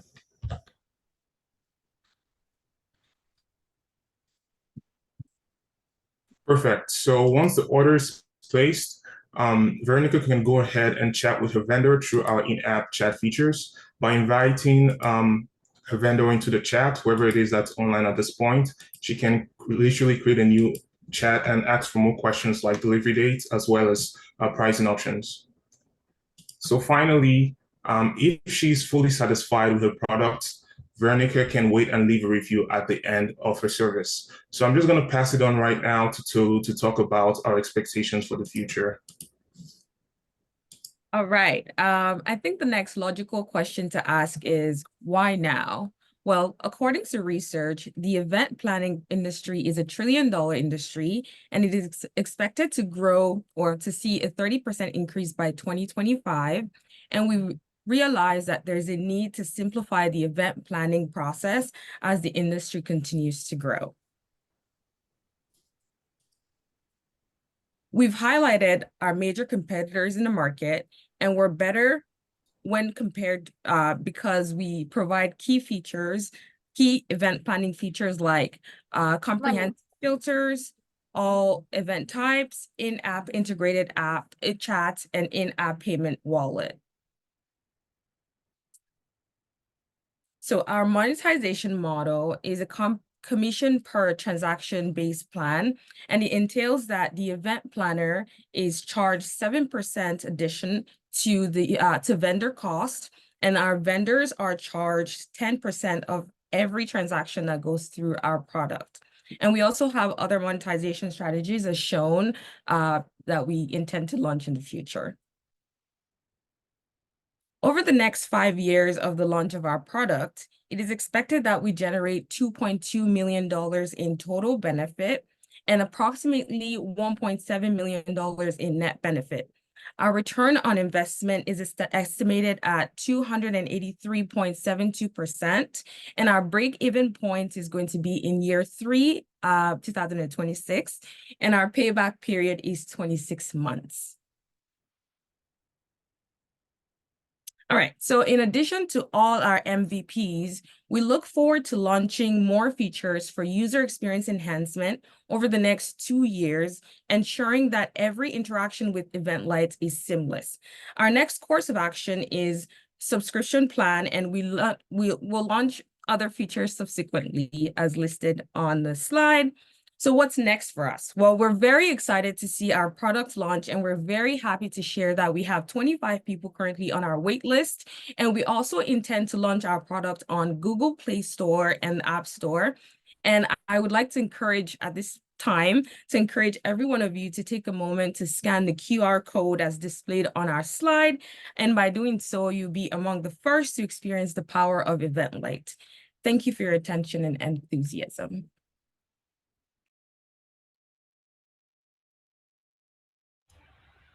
Amazing, amazing work. Thank you so much for your demonstration today. So round of applause for everybody for Eventlight. Thank you. Please, those who are on the call, please leave your feedback in the chat. And thank you so much again, Eventlight. So I'm gonna turn it over to our judges. I'll have Asawi, Jerome, and Deborah provide some feedback.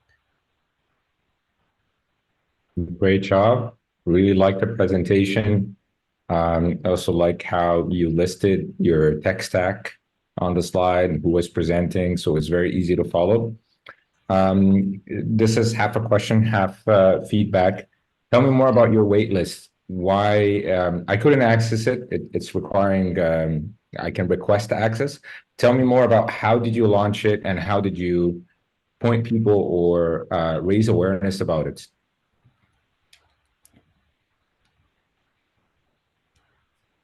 Well, I could answer that. You can go ahead, Prince.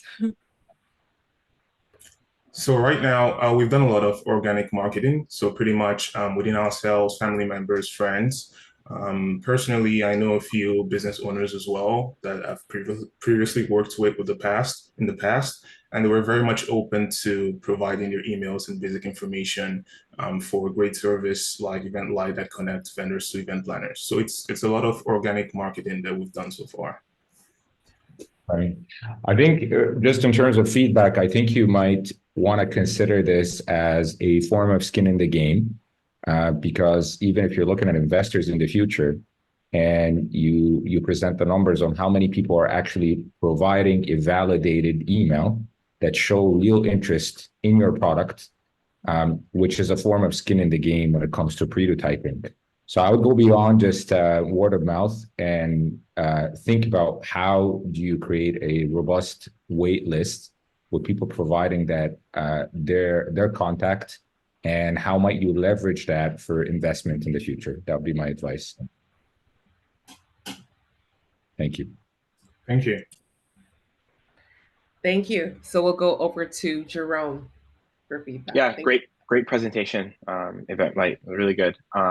My only question is it an a la carte service where you're just ordering or trying to buy individual services from people, or is it the entire package? For instance, if you're getting married, I can go to Eventlight and it'll plan my entire wedding, or I just need a cake, or I just need a DJ, and I'm just getting the individual services from you. I can answer that. So we're basically, so if you are planning a wedding, our platform has all the vendors to help make that event successful. So whatever service that you're looking to get for your wedding. So normally, for a wedding, you'll most likely need maybe a makeup artist for the bride, a DJ for, your guest. So you're able to get all of your vendors on our application.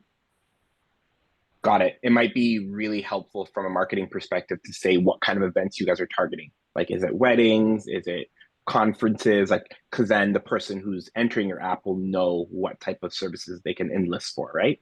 Because the different types of events will require different services. But no, really, really well done. Thank you. No problem. All right, and to Debbie. Well done, team. Yeah, that's a really good one. So writing in Jerome's question, I got a sense that it's a la carte.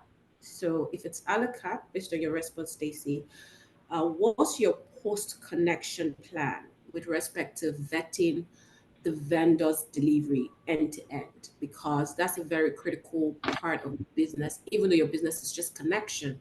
Because if the connection happens and the vendor doesn't deliver based on whatever agreement and whatever they've signed, then the feedback loop that you guys have, which I don't know what the feedback mechanism that you guys have put in place yet, I would like to know, would then affect, like the reviews and all of that would then affect your business. So what's the post-connection plan to vet vendor delivery with respect to the service? So I'm sorry, go ahead, Prince. Thank you for the question, Debbie. So as part of our feature roadmap, we hope to integrate third-party verification systems. So we already know one, it's called Plaid, and it just ensures that we're able to verify the vendors by their national ID as well as their physical photo. And regarding payments, the system we currently have set up takes a hold for every event planner's payment. So if an event planner makes a payment, we hold those funds until the whole process is done and a review is made by event planner. Then at that stage, we can determine if whatever request was made by the event planner was fulfilled, and then release the funds to the vendors. So these are just some features that we are looking to impute in the upcoming weeks, but definitely it places a hold on any money that's spent in the app up until we confirm that delivery has been made for the product. Yeah. Thank you. All right, well, thank you so much. Thank you to our esteemed judges for providing their feedback. And thank you again, Eventlight, for a great presentation. So I'm gonna move over into the next team, Team 7. That is Chakula, if I am pronouncing your product correctly. Please go ahead and present. Now let's give one more round of applause for Eventlight again.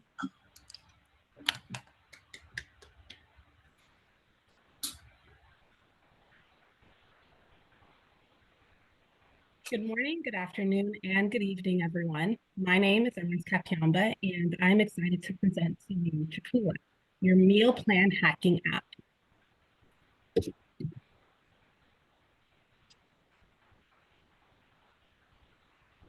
Team Chakula is made up of a fantastic group of individuals who have worked tirelessly these last few weeks to create an app that addresses a complex problem in this current market. Meet Mia. Mia is a young working professional who desires to lose weight and be healthy. She knows that in order to do so, she must eat healthy meals. However, she runs into two problems. She is not that creative in the kitchen, and when she goes shopping at the grocery store, everything has gotten so expensive. She then learns of this app called Chakula, and Chakula promises to give her delicious, healthy meal plans at an affordable price. So let's go to the site and see her experience.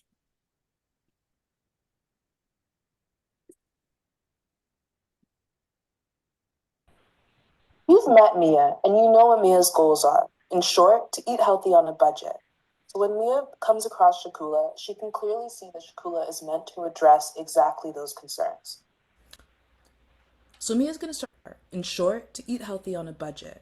So when Mia comes across Chakula, she can clearly see that Chakula is meant to address exactly those concerns. So Mia's going to start off by making an account.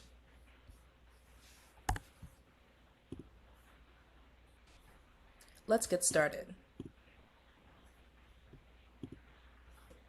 So now Mia has an account and it's time for her to give us her personal information. So we're going to collect some of her stats. Then we're going to check into any specific intolerances that Mia might have. Let's say she's not into dairy. We're also going to ask her about her dietary requirements. Maybe she's gone veg. And finally, we're going to ask her how active she is, as well as what her goal is for the exercise, and we'll submit the survey. So now that we have Mia's personal information, we're going to ask her about the kinds of ingredients that she likes to eat on a regular basis. These are going to form her pantry preferences, and we're going to refer to them to refer recipes that are relevant to what Mia likes, to what's accessible to her, and what is generally within her budget, although of course, we'll make other suggestions as well. So Mia can select the healthy items she likes to eat the most from the list. Once she's selected the item, she can move on to the next phase. So now Mia can come to the recipe generator. The recipe generator already has recipes featured that were generated by other users. So Mia can have the opportunity to check out new recipes and things that are different from what she regularly eats. But today we're going to generate a recipe based on Mia's pantry preferences. So now we have a recipe for baked tempeh with whole grains. This recipe has the ingredients listed, the time it takes, cooking instructions, and a caloric breakdown for Mia to look at. If Mia likes the recipe, she can save it in her recipe book and consult it at a later date.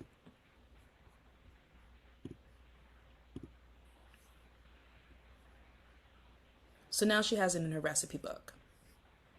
Once Mia has an idea of the kinds of ingredients that she's going to need to buy to make her recipe, she can go to her grocery manager to plan a little bit better.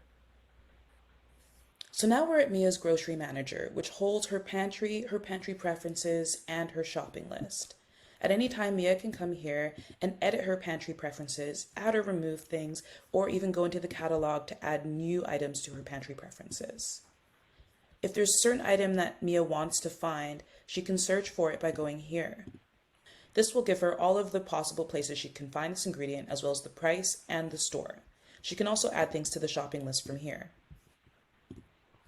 Now Mia can use her shopping list to do her grocery shopping, keep track of what she has, and keep it all under budget. This way, Mia can do her grocery planning, her food tracking, and her meal planning all from the same place. And that's what Shakula is all about.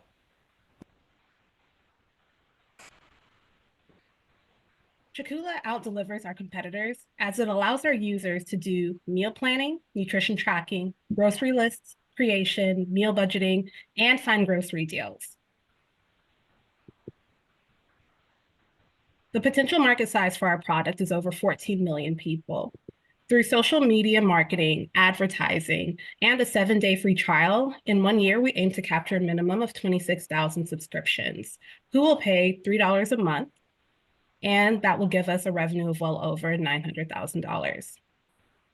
After calculating our cost of operations, we anticipate breaking even after our 2nd year. Over a 5-year period, we anticipate our return on investment to be 106%, since for every dollar spent, there will be a return of $2.06. Shakula's product journey will begin with a product launch and a calorie nutrient generator. Phase 2 will then include a meal planning calculator, personalized notifications, and grocery store collabs. Phase 3 will then incorporate a culinary specialist referral commission and user forum. And Phase 4 will include fitness tracker integration and a feedback form for users to inform future iterations. We know that eating healthy, delicious meals shouldn't break the bank. Shakula makes eating healthy, delicious meals affordable. Sign up now and get exclusive early access and be among the first to try it out when it launches. Thank you. Amazing, amazing work, Shakula. I'm even like, oh my gosh, I need to meal prep. I need to sign up immediately. Well done. Round of applause to Shakula and their team on presenting a great product. Please, again, those who are on the call, please leave your feedback in the chat. Thank you again. I'm going to go over to the judges panel for them to present their feedback. So for Shakula, we're only going to have Jerome and Debbie present their feedback. Debbie, I feel like you always get last to go. Do you want to go before me and then I can go after you? Ladies first. For sure. Up to you. Okay. Sorry. Jerome is such a gentleman. Okay, thank you, Jerome. Oh, thank you, team. This is really timely for myself and Mo. We're just talking about this literally this morning about meal prep. So if you guys go to market, this is like the 4th app I'm saying if you go to market I've actually used. So looking forward to that. Okay, so my question is, there's so many nutritionists, people who help people prep and all that good stuff out there. So what's your major differentiation that is not that other businesses or apps do not offer?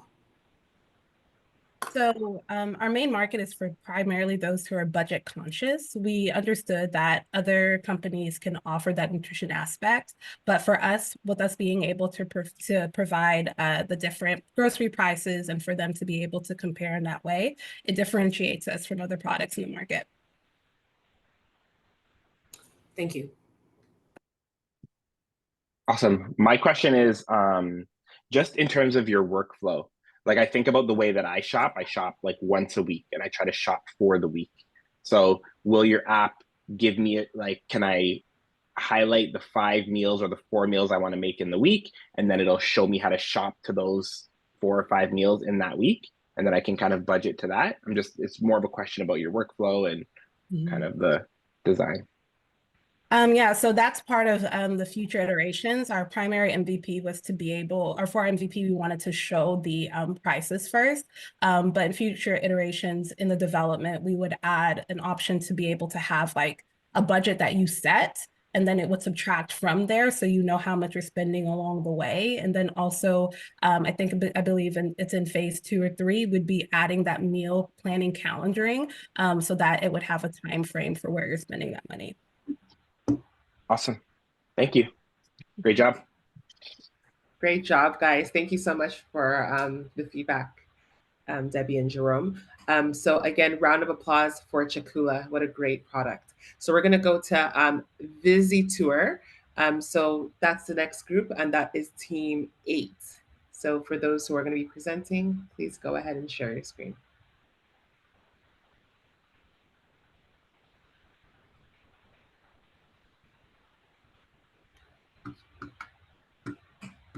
Okay. Can everyone hear me? Okay. Just 1 second. Make sure the screen's together.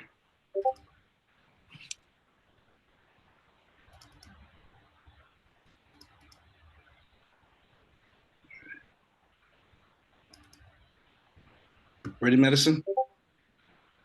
Ready when you are. Okay.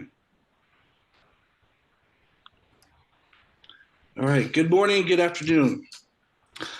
Welcome. I would like to introduce you to Visitor. But first, let me ask you a question. Have you ever spent hours planning a trip and became overwhelmed? I know for me, I have. Well, today we'll give you a solution that will provide you seamless planning and an unforgettable journey on your future vacation. My name is Ronald Rogers. I am the product manager for Team Visitor. I'm excited to introduce you to our team who has worked very hard to produce this product for you. Today, we will go over 6 main points to show you why Visitor should be your first option when planning a trip. In 2023, 77% of travelers encountered issues when vacationing. 71% of those encountering issues had done so before their first sip of a mojito. 53% of those encountering issues paid more for the trips that year. We asked the question why. Why is the numbers are so large? So we conducted surveys, interviews of travelers, and found out the core issue came down to planning. Majority of travelers stated that their dislike for the planning phase following the budgeting, booking, itinerary management, dealing with reviews and support. So to combat this, the problem, we focused our resources on 3 main features. First one was personalized recommendations, budget-friendly suggestions, and also customizable itinerary planning. With that, we gathered all of our information and were able to create 2 unique personas. The first one is Michael. He's the relaxed planner. His quote is, "I like structure, I just don't like planning for it." And then we also have Kiana, which is the budget conscious traveler. Her quote is, "I'm not bougie, I just have bougie taste." So we looked at the habits, frustration, and goals, and we looked at these individuals, and we wanted to make sure that we created something that answered and solved their problems. So let's go take a look real quick at our demo. Everyone, my name is Maddie. I'm a UX designer on the team, and welcome to Visitor. Who doesn't love to travel? Having a drink on the beach, exploring the world. But you know one thing we all don't like? Planning. And this is where Visitor steps in. Your gateway to effortless traveling with personalized itineraries and customized suggestions wherever you go. Kiana wants to create an itinerary. She could go to Vancouver or Victoria, but she decides to let Visitor help her choose. She loves an adventure and a girls' trip. She's going away maybe mid-May. She loves pizza and steak, a winery, and karaoke, museums. She's an early bird and likes to balance things out like many of us. Now, this is where the magic happens. She can choose between Cancun, Mexico, Vancouver, all customized suggestions for her. She decides to click Cancun because who doesn't love sipping a drink on the beach? Of course, she has an array of suggestions, from hotels to restaurants to karaoke. And on the right-hand side here, you can see her flight, her bus transfer, and when she checks out of the hotel. But Kiana's on the run, and she's got to go. So let's look at Visitor from the mobile view. Let's look at Visitor from the mobile view. Kiana clicks continue. She continued to create her itinerary. And what amazing feature she has here is the chatbot helping her every step of the way. Again, she enjoys relaxing. She's an early bird. She likes to balance things out. Pizza, steak, a winery. and show me my itinerary. She gets customized suggestions right at the touch of her fingertips. She has a budget breakdown from flight, hotel, to food and fun. She can like her favorite destinations, and she can customize the vibe that she likes most, from city to ocean to the forest. But she decides maybe instead of Cancun, let's check out Cabo.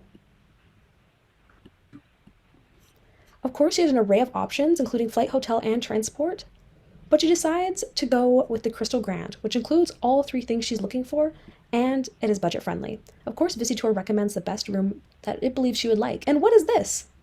A secret deal? So the Visitor has Easter eggs kind of throughout the app that allows users to claim deals. She decides to book this room.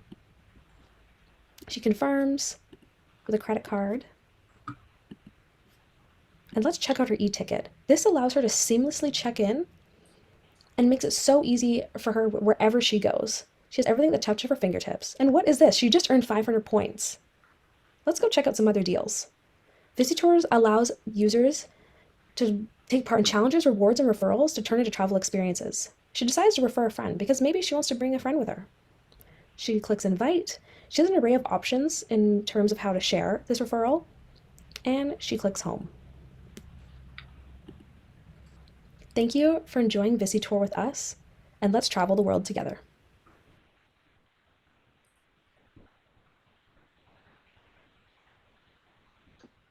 Okay, now thanks, Madison, for that. We're going to briefly look at our competitive analysis. We have TripAdvisor, Expedia, and Booking.com, who are the leaders in their industry.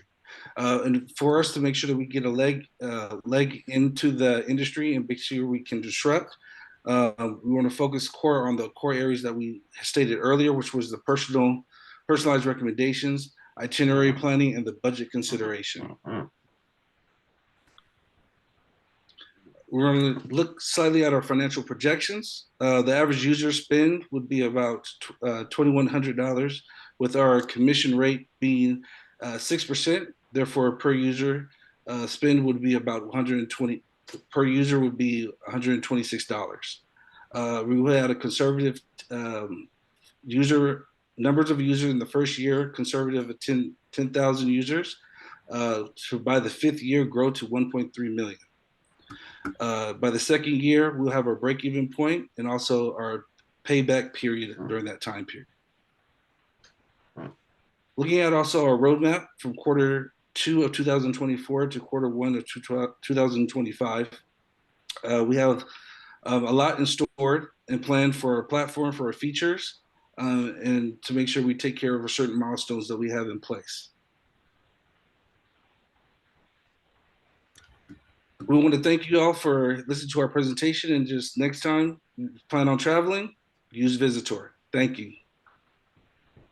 Thank you. Thank you so much, Visitor. For someone who travels like I do, it's definitely a platform that I would most likely use if it went to market, as I kind of bounce between Booking.com and Expedia quite often. So thank you so much for sharing that. Round of applause to Visitor. And for those who are on the call, please share your feedback in the chat. I am going to take it to the judges for feedback. So we're going to have for team 8, we're going to have Palumi and El Sawi provide their feedback. Great job, team. I think, really clean presentation. I like the user experience. I think you guys were very thorough in analyzing your user personas and really diving deep to show us what that user journey would be for those personas. So personally, I appreciate that. Made it a lot easier to connect to the product itself. A question for you. How do you, because I think this space is a tricky one. There's a lot of opportunity, but big players that are racking in literally billions, right? How do you really intend to get awareness about your product to be able to land your nearly over $200 million projection in the next 5 years? Well, currently right now, we are looking at, of course, social media is going to be a big factor.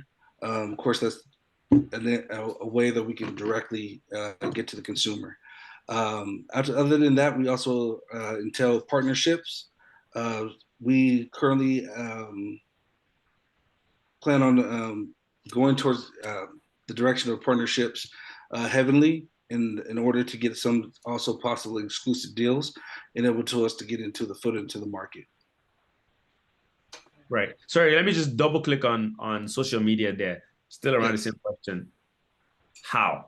Like, what do you mean? Are you contacting influencers or how? Like, Yes. Yes. Sorry, Ron, can I answer that?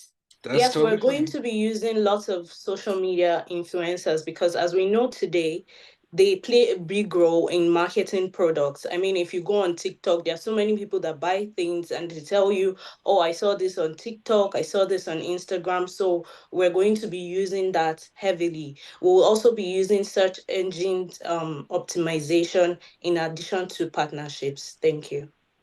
Good, cool. Thank you very much. Great job. Thank you. Okay, on to our next judge, Asawi. So my question is, based on your research, is how often do people travel alone versus with someone else? So with our research, we noticed that we focus on domestic travel, and we focus on North America. And during our surveys, we noticed that the average traveler would be like a weekend traveler or a day traveler. It doesn't usually take up to sometimes two people or multiple individuals. Those could just be, let's just say on this weekend, you just want to go somewhere and it's 200 miles away and it's by yourself. There's a lot of solo travelers that we've noticed through our surveys and through our questionnaires. But then there are a lot of group, and we do actually have looked into that and feel like that is something that we would like to tackle sometimes near in the future. But as of right now, the individual traveler is something that we focused on because that's something that was very important in the information that we received. Can I just confirm to the team, is the product meant to support individual travelers only, or is meant to also allow a person to book a trip for like a family? Is it individual or multiple travelers all on the trip? Ours focused on individual for this time being. We feel like that was the easiest way to get into the market, and then later on we will expand and be able to do group travel. All right. Do you guys have any stats? Like, what's the split between solo and group? Is it a 60-40? Any idea on like how big? Because I think the experience, like you said, is very much focused on solo travelers. Yes. I would imagine, I haven't looked at the data, which we need to validate, but I would imagine a lot of them come from business travel rather than leisure or like just going on vacations, which is more what you're tackling rather than that. So I think having the numbers around it might affect some of your projections and how you think about your experience moving forward. Yes. All right. Well, thank you so much for all that feedback. Lots of things to think about here with this product. Thank you guys. So for all of those who are on the call, round of applause again to Busy Tour. All right. We're going to our last but not least group, team number 9. This is SourSop. So for those who are going to be presenting, please go ahead and share your screen. Looking forward to your demo.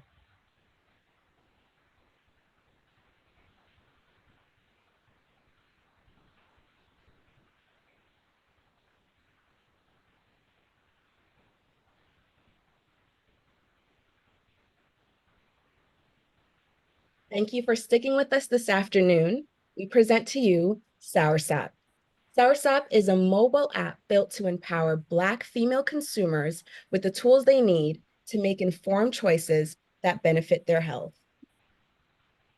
Here is our presentation overview, and I'd love to introduce you to my team. I'm going to get right into it. Black women face disproportionate risks from largely unregulated toxic substances in beauty and personal care products. We want to confirm this statement by sharing with you a news broadcasting that we came upon during our research. Please watch. A study just released by the state might make you think twice as you're putting on your makeup or doing your hair this morning. The Department of Ecology found high levels of toxic chemicals in some really common beauty products. It comes as state lawmakers are considering a new bill that would ban cancer-causing chemicals in those products sold in Washington. As part of research for the bill, the legislature directed the Department of Ecology to test a variety of cosmetic products marketed to people of color. So with that being said, and based on our user interviews and our surveys, we found that the best way to support Black female consumers is providing them with a product that's going to provide them with ingredient transparency, personalized recommendation, and fostering community so that they can learn from one another. To move forward, I would love to introduce you to one of our user personas, Aisha. Aisha just recently learned about the toxic chemicals in her personal care products and wants to try out our product. Please watch as she demonstrates. Hi, I'm Aisha. I recently discovered this app called SourSop to help me get a better understanding of the products I buy. On their splash page, I'm prompted to sign up, sign in, or start scanning. I'm going to sign up. Here I see it asks me for a couple of questions pertaining to me. I know this is going to help the app generate information specific for my needs. It's asking me questions like my skin type, my hair type, any allergies, or any health concerns that I may have. Once I finish putting in my details, I'm redirected back to the main scanning page where I'm given options to search or ask AI some questions. Their AI consultant's name is SOP. I think that's so cute. So SOP is built to ask any questions or concerns pertaining to me specifically.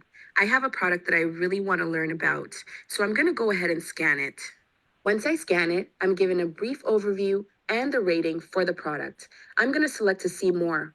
Here is where the app alerts me to ingredients that may be harmful to me. It also shows good ingredients as well. One of my favorite features about SourSop is that they have simplified ingredients so that I can understand exactly what it is that I'm putting in my body. A lot of the times, products use terms that I do not understand. I also want to see what other recommendations they have for this product. On the recommendations page, I see they have a top picks and reviews. I'm one of those people that do not buy things without seeing reviews. I love the community feature because it helps me to see what other people have said about this product and other products that may be of interest to me. When I return to the recommendations page, I see that they have an add to list button. I love this feature because I can build my own shopping list right in the app. And I heard eventually they're going to have in-app purchasing. I'm rating this app 10 out of 10. Finally, an app that helps me understand what I'm using on and in my body. Thanks, SourSop. Thank you, Aisha. We're now going to pass it on to my fellow team member, our business analyst, Precious, for the competitive analysis. Thank you, Gerda. So these are the top competitors we've identified. And what sets our app apart is that it will have a community forum. It will provide personalized recommendations, and most importantly, cater to a Black female consumer base.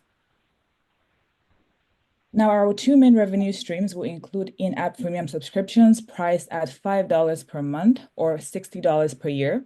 Additionally, we will partner with select brands to advertise their products on our app at an annual cost of $3,000. Over the next 5 years, we project a flourishing user base with 2.8 million active subscribers and a total of 7.6 million engaged users. This growth will lead to a cumulative net benefit of 8.8 million. Now, our financial analysis shows an ROI of 200% and a net benefit of 5.9 million.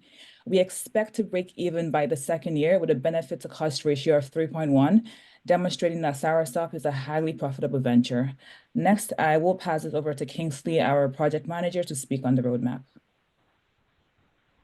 All right, thank you, Precious. By Q2, we will launch our MVP, which will be a responsive iOS platform. And by Q4, we will launch our Android platform as well.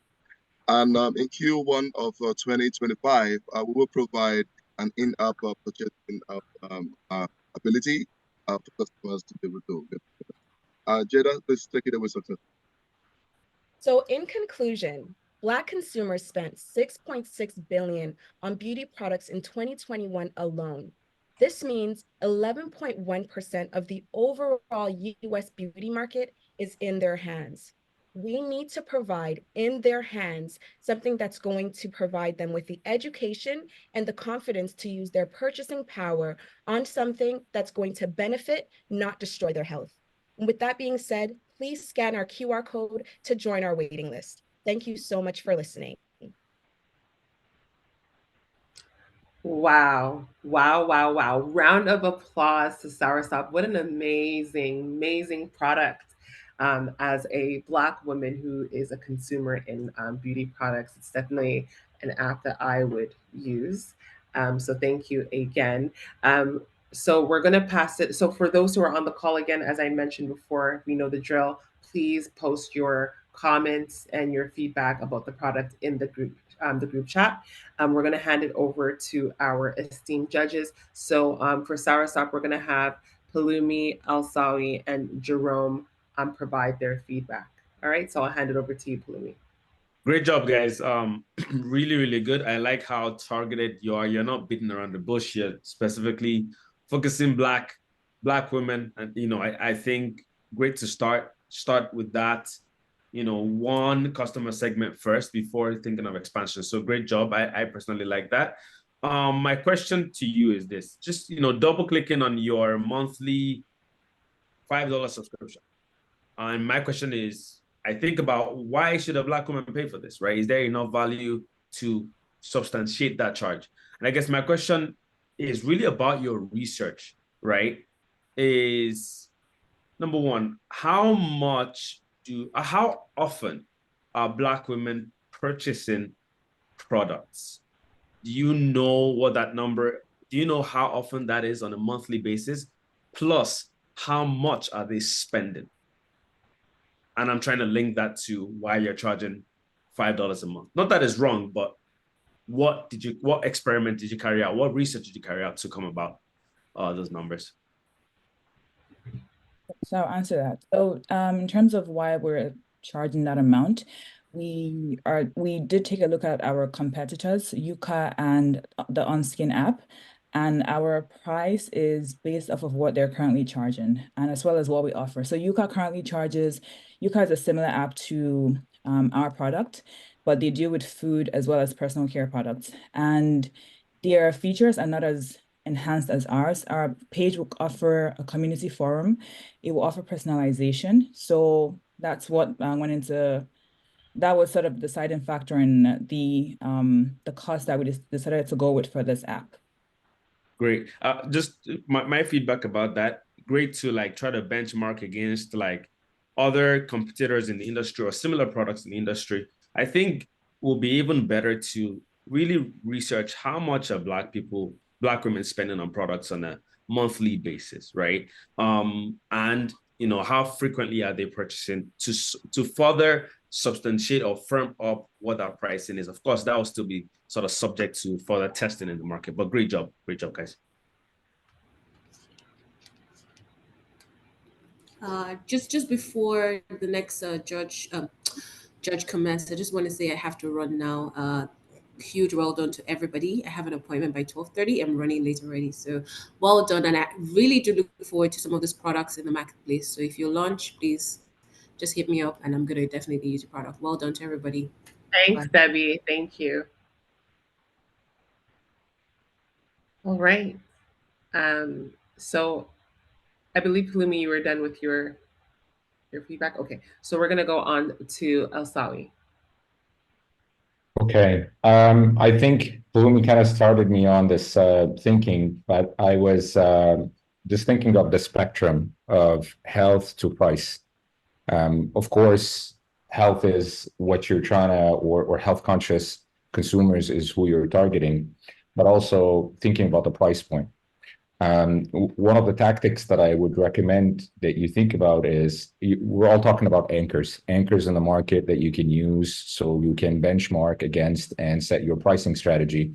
But think about pulling the Starbucks, and pulling the Starbucks mean that you create your own anchors by creating a new language around them, and then you can set your own prices. That's what Starbucks did when they entered the market, and where coffee was simply a commodity, and they introduced different pricing because they changed the names of the sizes, and they introduced a completely different category.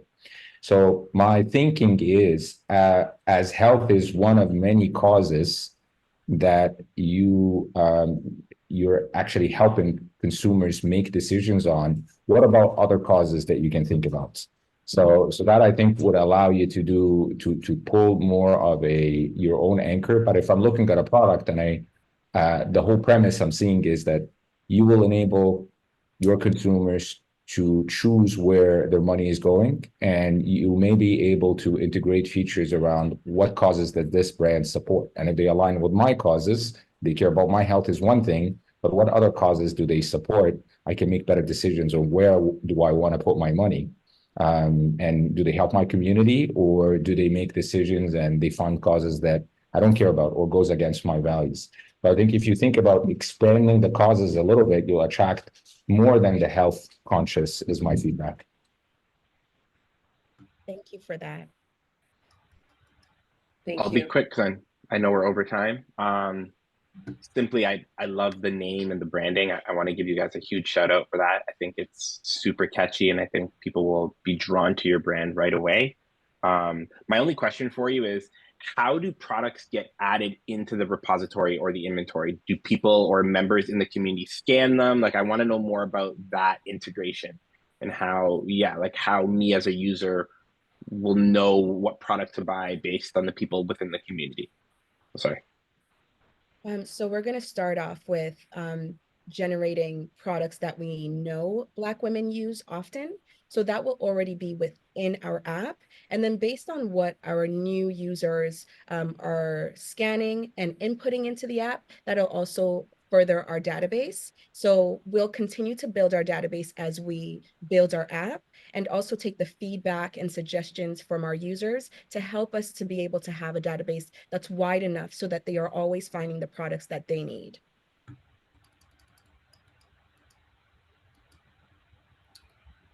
Amazing, great response. Awesome.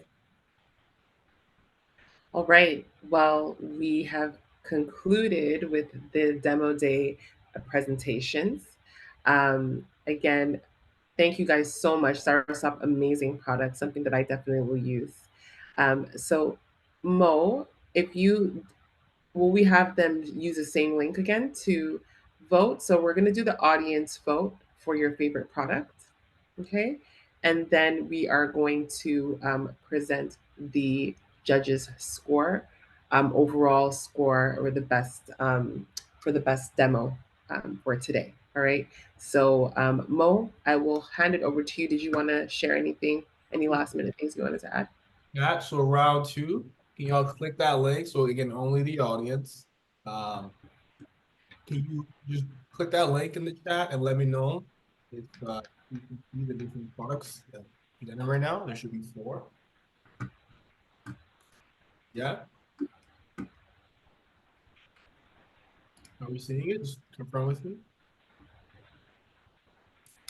Yeah, all right, fantastic. We'll give you guys 1 minute this time, since we are now from the process. In 1 minute, we'll have you guys vote for your favorite product. At the same time, I'm going to request that the judges go ahead and send in their scores. So give you guys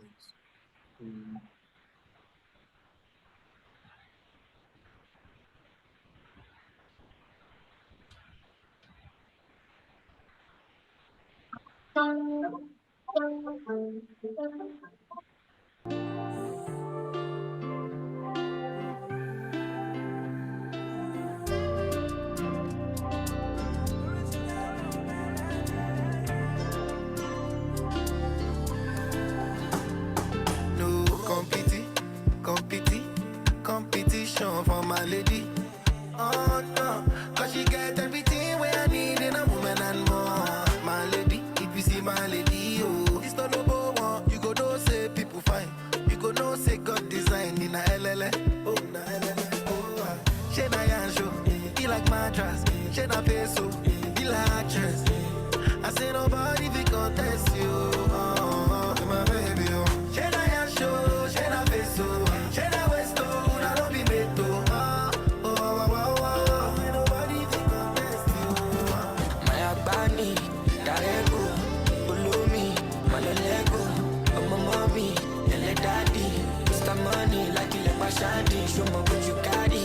Otobi, Olada, Ulumi, Fami Mora, Angelina Jolie. You want to come me. Moko eje biti Indomie. Baby, do the mommy, no go leave me lonely. Back with Jonesy, make you live the story. My look on mommy, cause you see me stony. You wash out my woman. Emotion joy, you wash out my woman. Only problem, you want a la baro me. All I do, call me mata kumi. My soul. You be melody for my soul, girl, you're my home, my home. Can't leave you alone. No competition for my lady. Oh no, cause she get everything where I need in a woman and more. My lady, if you see my lady, oh, it's not no one. You go don't say people. Go don't say God All right. This is always fun seeing the results. So let me pop open my screen. Who do you guys think won? Who's your favorite product? I can see it, but you guys can't. It's so much fun having all the power. I see why I call politicians get corrupt. Okay, let's pop it open. So we have 74 responses. Thank you. And in the 74 responses, let me just confirm.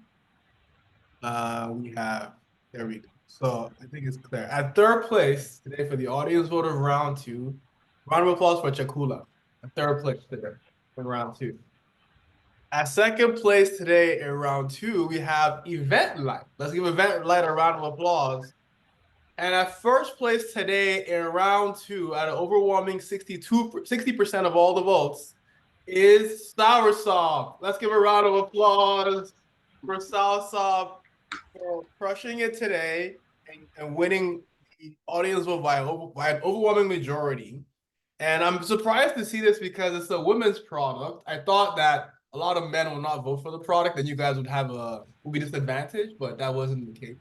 So congratulations to the SourSop team. Okay. So we have 2 audience vote winners. First, we have SkillHatGo for round 1, and then round 2 we have SourSop. Now, I'm just gonna get the coaches to speak a little bit, so the actual coaches of the Accelerator for about 5 minutes.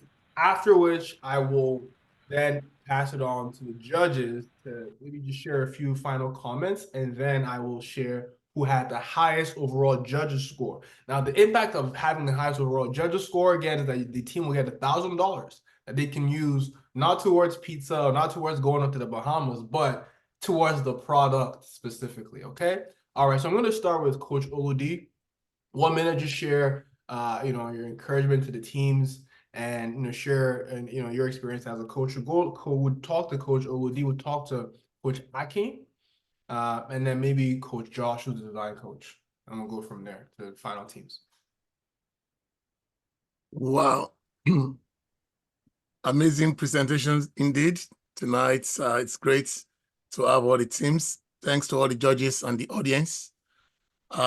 Let's appreciate these teams. They've worked round the clock in the last 9 weeks in order to get such fantastic products rolled out. I want to say kudos to all the teams. I'm so excited, really. My name is Oludare, founder of Digital Business Consults, and I'm excited and so proud to have worked with all these teams and wish to appreciate their brilliant efforts and dedication over the weeks. My colleague Lisa and I, we've been collaborating with SkillHat since we rolled out the initial curriculum for the first cohort in 2022. We've been working with SkillHat, and it's so exciting to work with this organization. So it's been a brilliant and wonderful journey, and just want to say that we've met with different sets of candidates, and it's been wonderful. So I want to say kudos to you all for the job you've done tonight. It's so great to watch you guys display what you've learned over the few weeks. The teams, they've worked They've embraced working together in an agile way of working collaboratively, and they've learned new technologies over the period. And so we're so proud of them. And they've overcome different challenges because they work across different time zones. And with the coaches, we want to admire you guys for your efforts, for your dedication. And I want to gladly recommend you to any employer, as I'm aware that there are some employers in the house and some product investors. I want to gladly recommend you all to any employer because you are well equipped to deliver value. So thank you guys. It's awesome day, and I'm so proud. Mo and your team, kudos. We've done great things together, and I want to say all the best in future cohorts. So thank you very much. That's it from me and my teammate Lisa Williams. Thank you very much. Fantastic. Do we have the design and developer coaches in the room, Coach Josh and Coach Toby? Want to say a few words to your team? Yeah, I'm here, but like on the move, but I could quickly say something. But yeah, so yeah, my name is Josh, and I'm the design coach for this cohort, and I've been with SkillHat for the past 2 years. And what? What's that? I just like to quickly add that yeah, I'm really proud and happy with everything that I've seen here today. I mean, I've been working with these people for like the past 9 weeks, so I knew what I was expecting to see here, but I'm really proud to see the demo.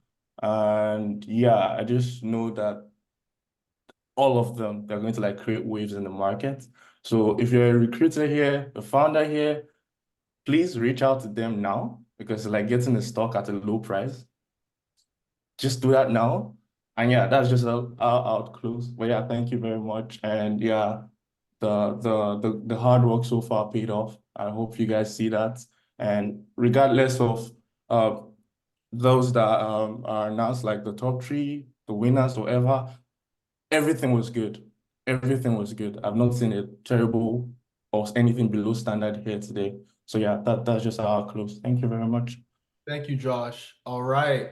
Yeah, so all the great design you guys saw, you know, that's the teams working with the coaches day and night to make it look as beautiful, and not just beautiful, but to actually solve the problem of the user by having a great user experience. And so with that being said, I'm going to announce the winner of today because we're well over time. And so drum roll, please, for the judges' score, right, to identify who had the highest score from the judges and the team that will be getting the $1,000. It's crazy close. Like, I can't believe how close it is. I can't believe how crazy close it is. So in third place at 7.94 out of 10 based on judges' votes across averages across 4 judges is SourSop. Round of applause for SourSop for getting in third place. Everyone's a winner. Everyone's a winner, guys. Okay. And then the team who has second place at 8.0 out of 10. Give it up for SkillHatGo.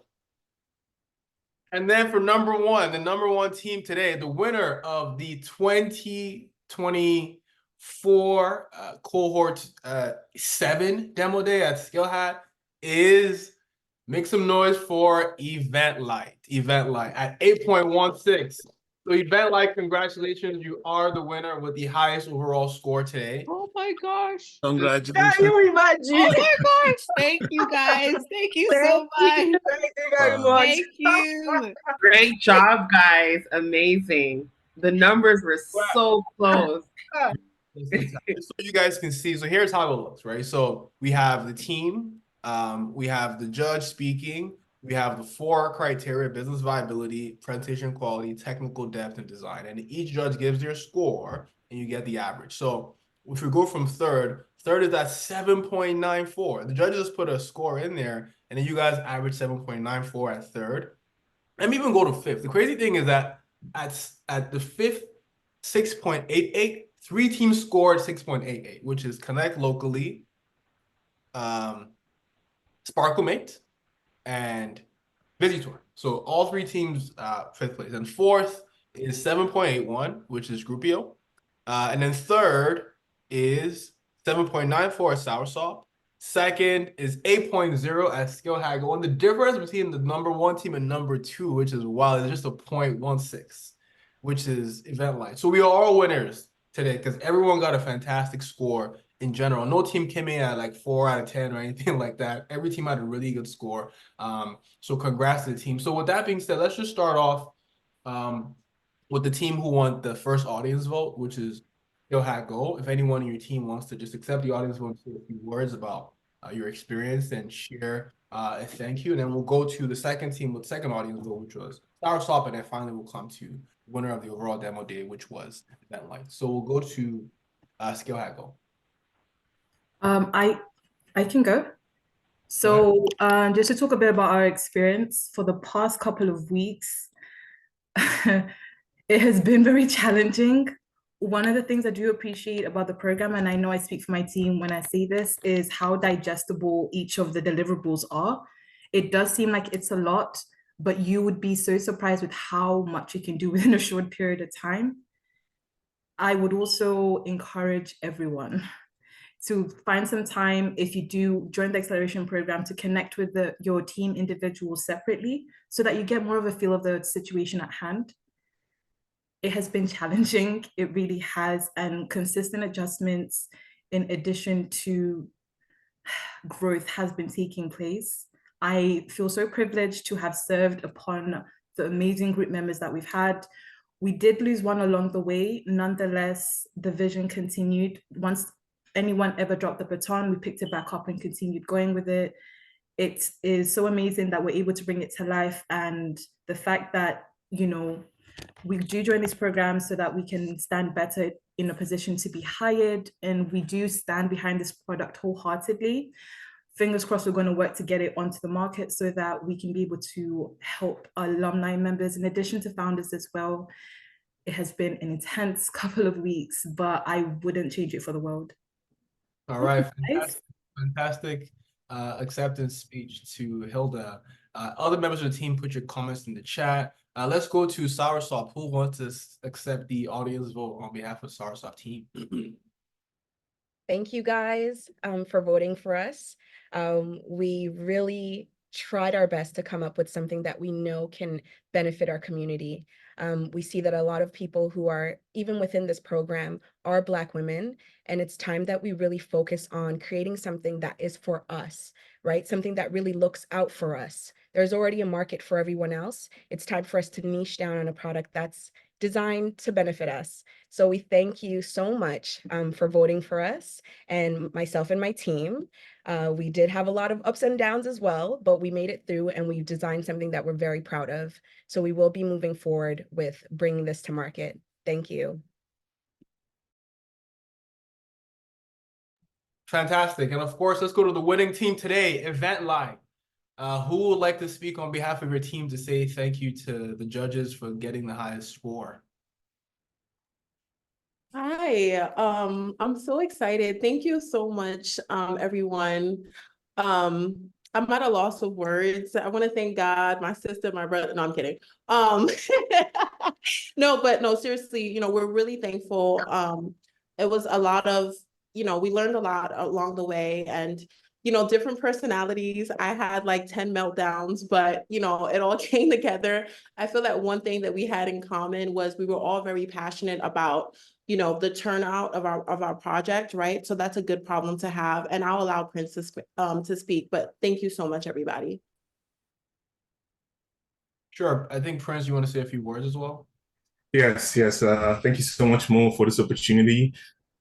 This win is literally a great boost to our team because we actually consider taking this on the market. In fact, we're currently doing some internal testing to upload it on the Google Play Store. So seeing that the judges actually love it and they consider it a viable product for the market, it's a really good boost to our team. So I want to thank all my teammates as well for their contributions for this project. It was worthwhile, all the effort we put in for the past 9 weeks. I think this is a really good way to end it.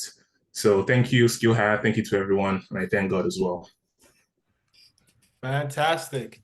And last but not least, I'll just get the judges. I know Osabi shared a few comments in the chat, which were fantastic. So Elsa, maybe we'll just stay with you. If you want to just say a few words, maybe not necessarily everything in the chat, but anything on top of that or anything you want to focus on as a parting word to the audience and teams. I really enjoyed all of the presentations. I think very well crafted, well coordinated across team members. So thank you for that. Yeah, I mentioned some points in the chat. What I would say is don't think of this as the end, but think of it as the start of your journey.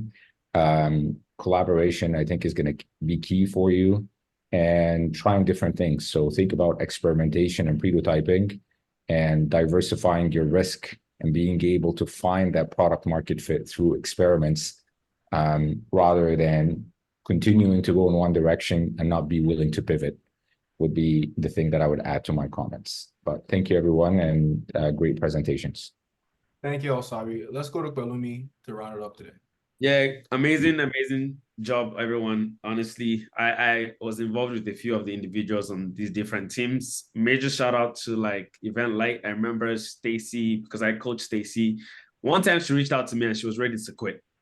One thing that's common across all teams is everyone was passionate. I could see that it was challenging for all of you. Guess what? In the workplace, it is as challenging. So I remember telling her then as well, like, you have to work through those challenges. That's your job, right? Especially as a product manager leading the team. So I really like that, you know, folks didn't give up. They went all the way to eventually arrive at where you're at now, which I think is amazing. So kudos to all of you. Recommendation for you, two things. Number one, listen to podcasts. There's a really good podcast to listen to, which is from Y Combinator.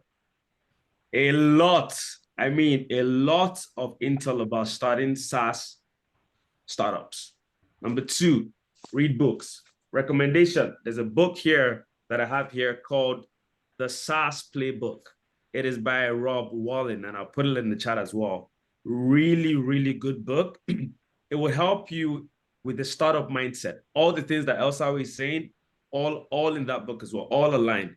And number two, even if you're just trying to break into the tech space, there's a lot of nuggets and a lot of useful information in there that can really help you. I think everyone has done an amazing job in 8-9 weeks to do what you have done. Believe me, it is not a joke. So amazing job to every single team. Thank you. Fantastic. And we're going to end it here. Just for those of us who are listening, who are like, this is amazing. How do I join the program?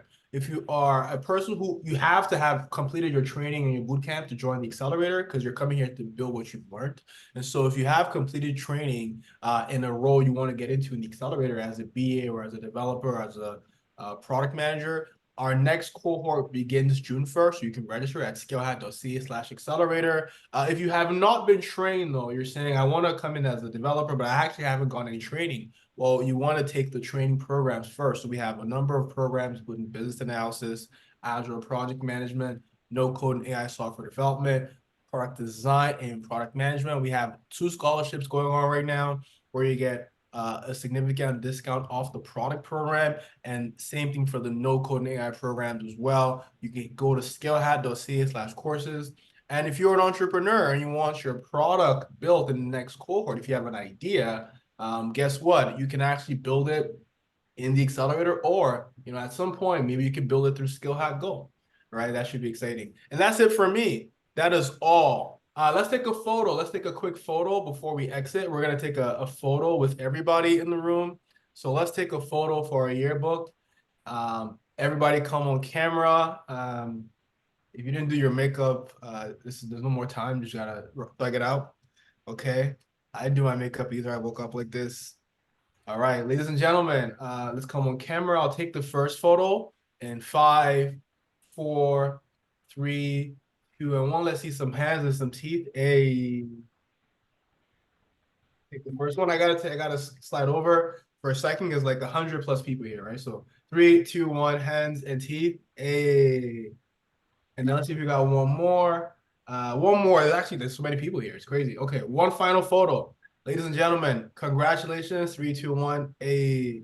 And with that, I want to say thank you. My name is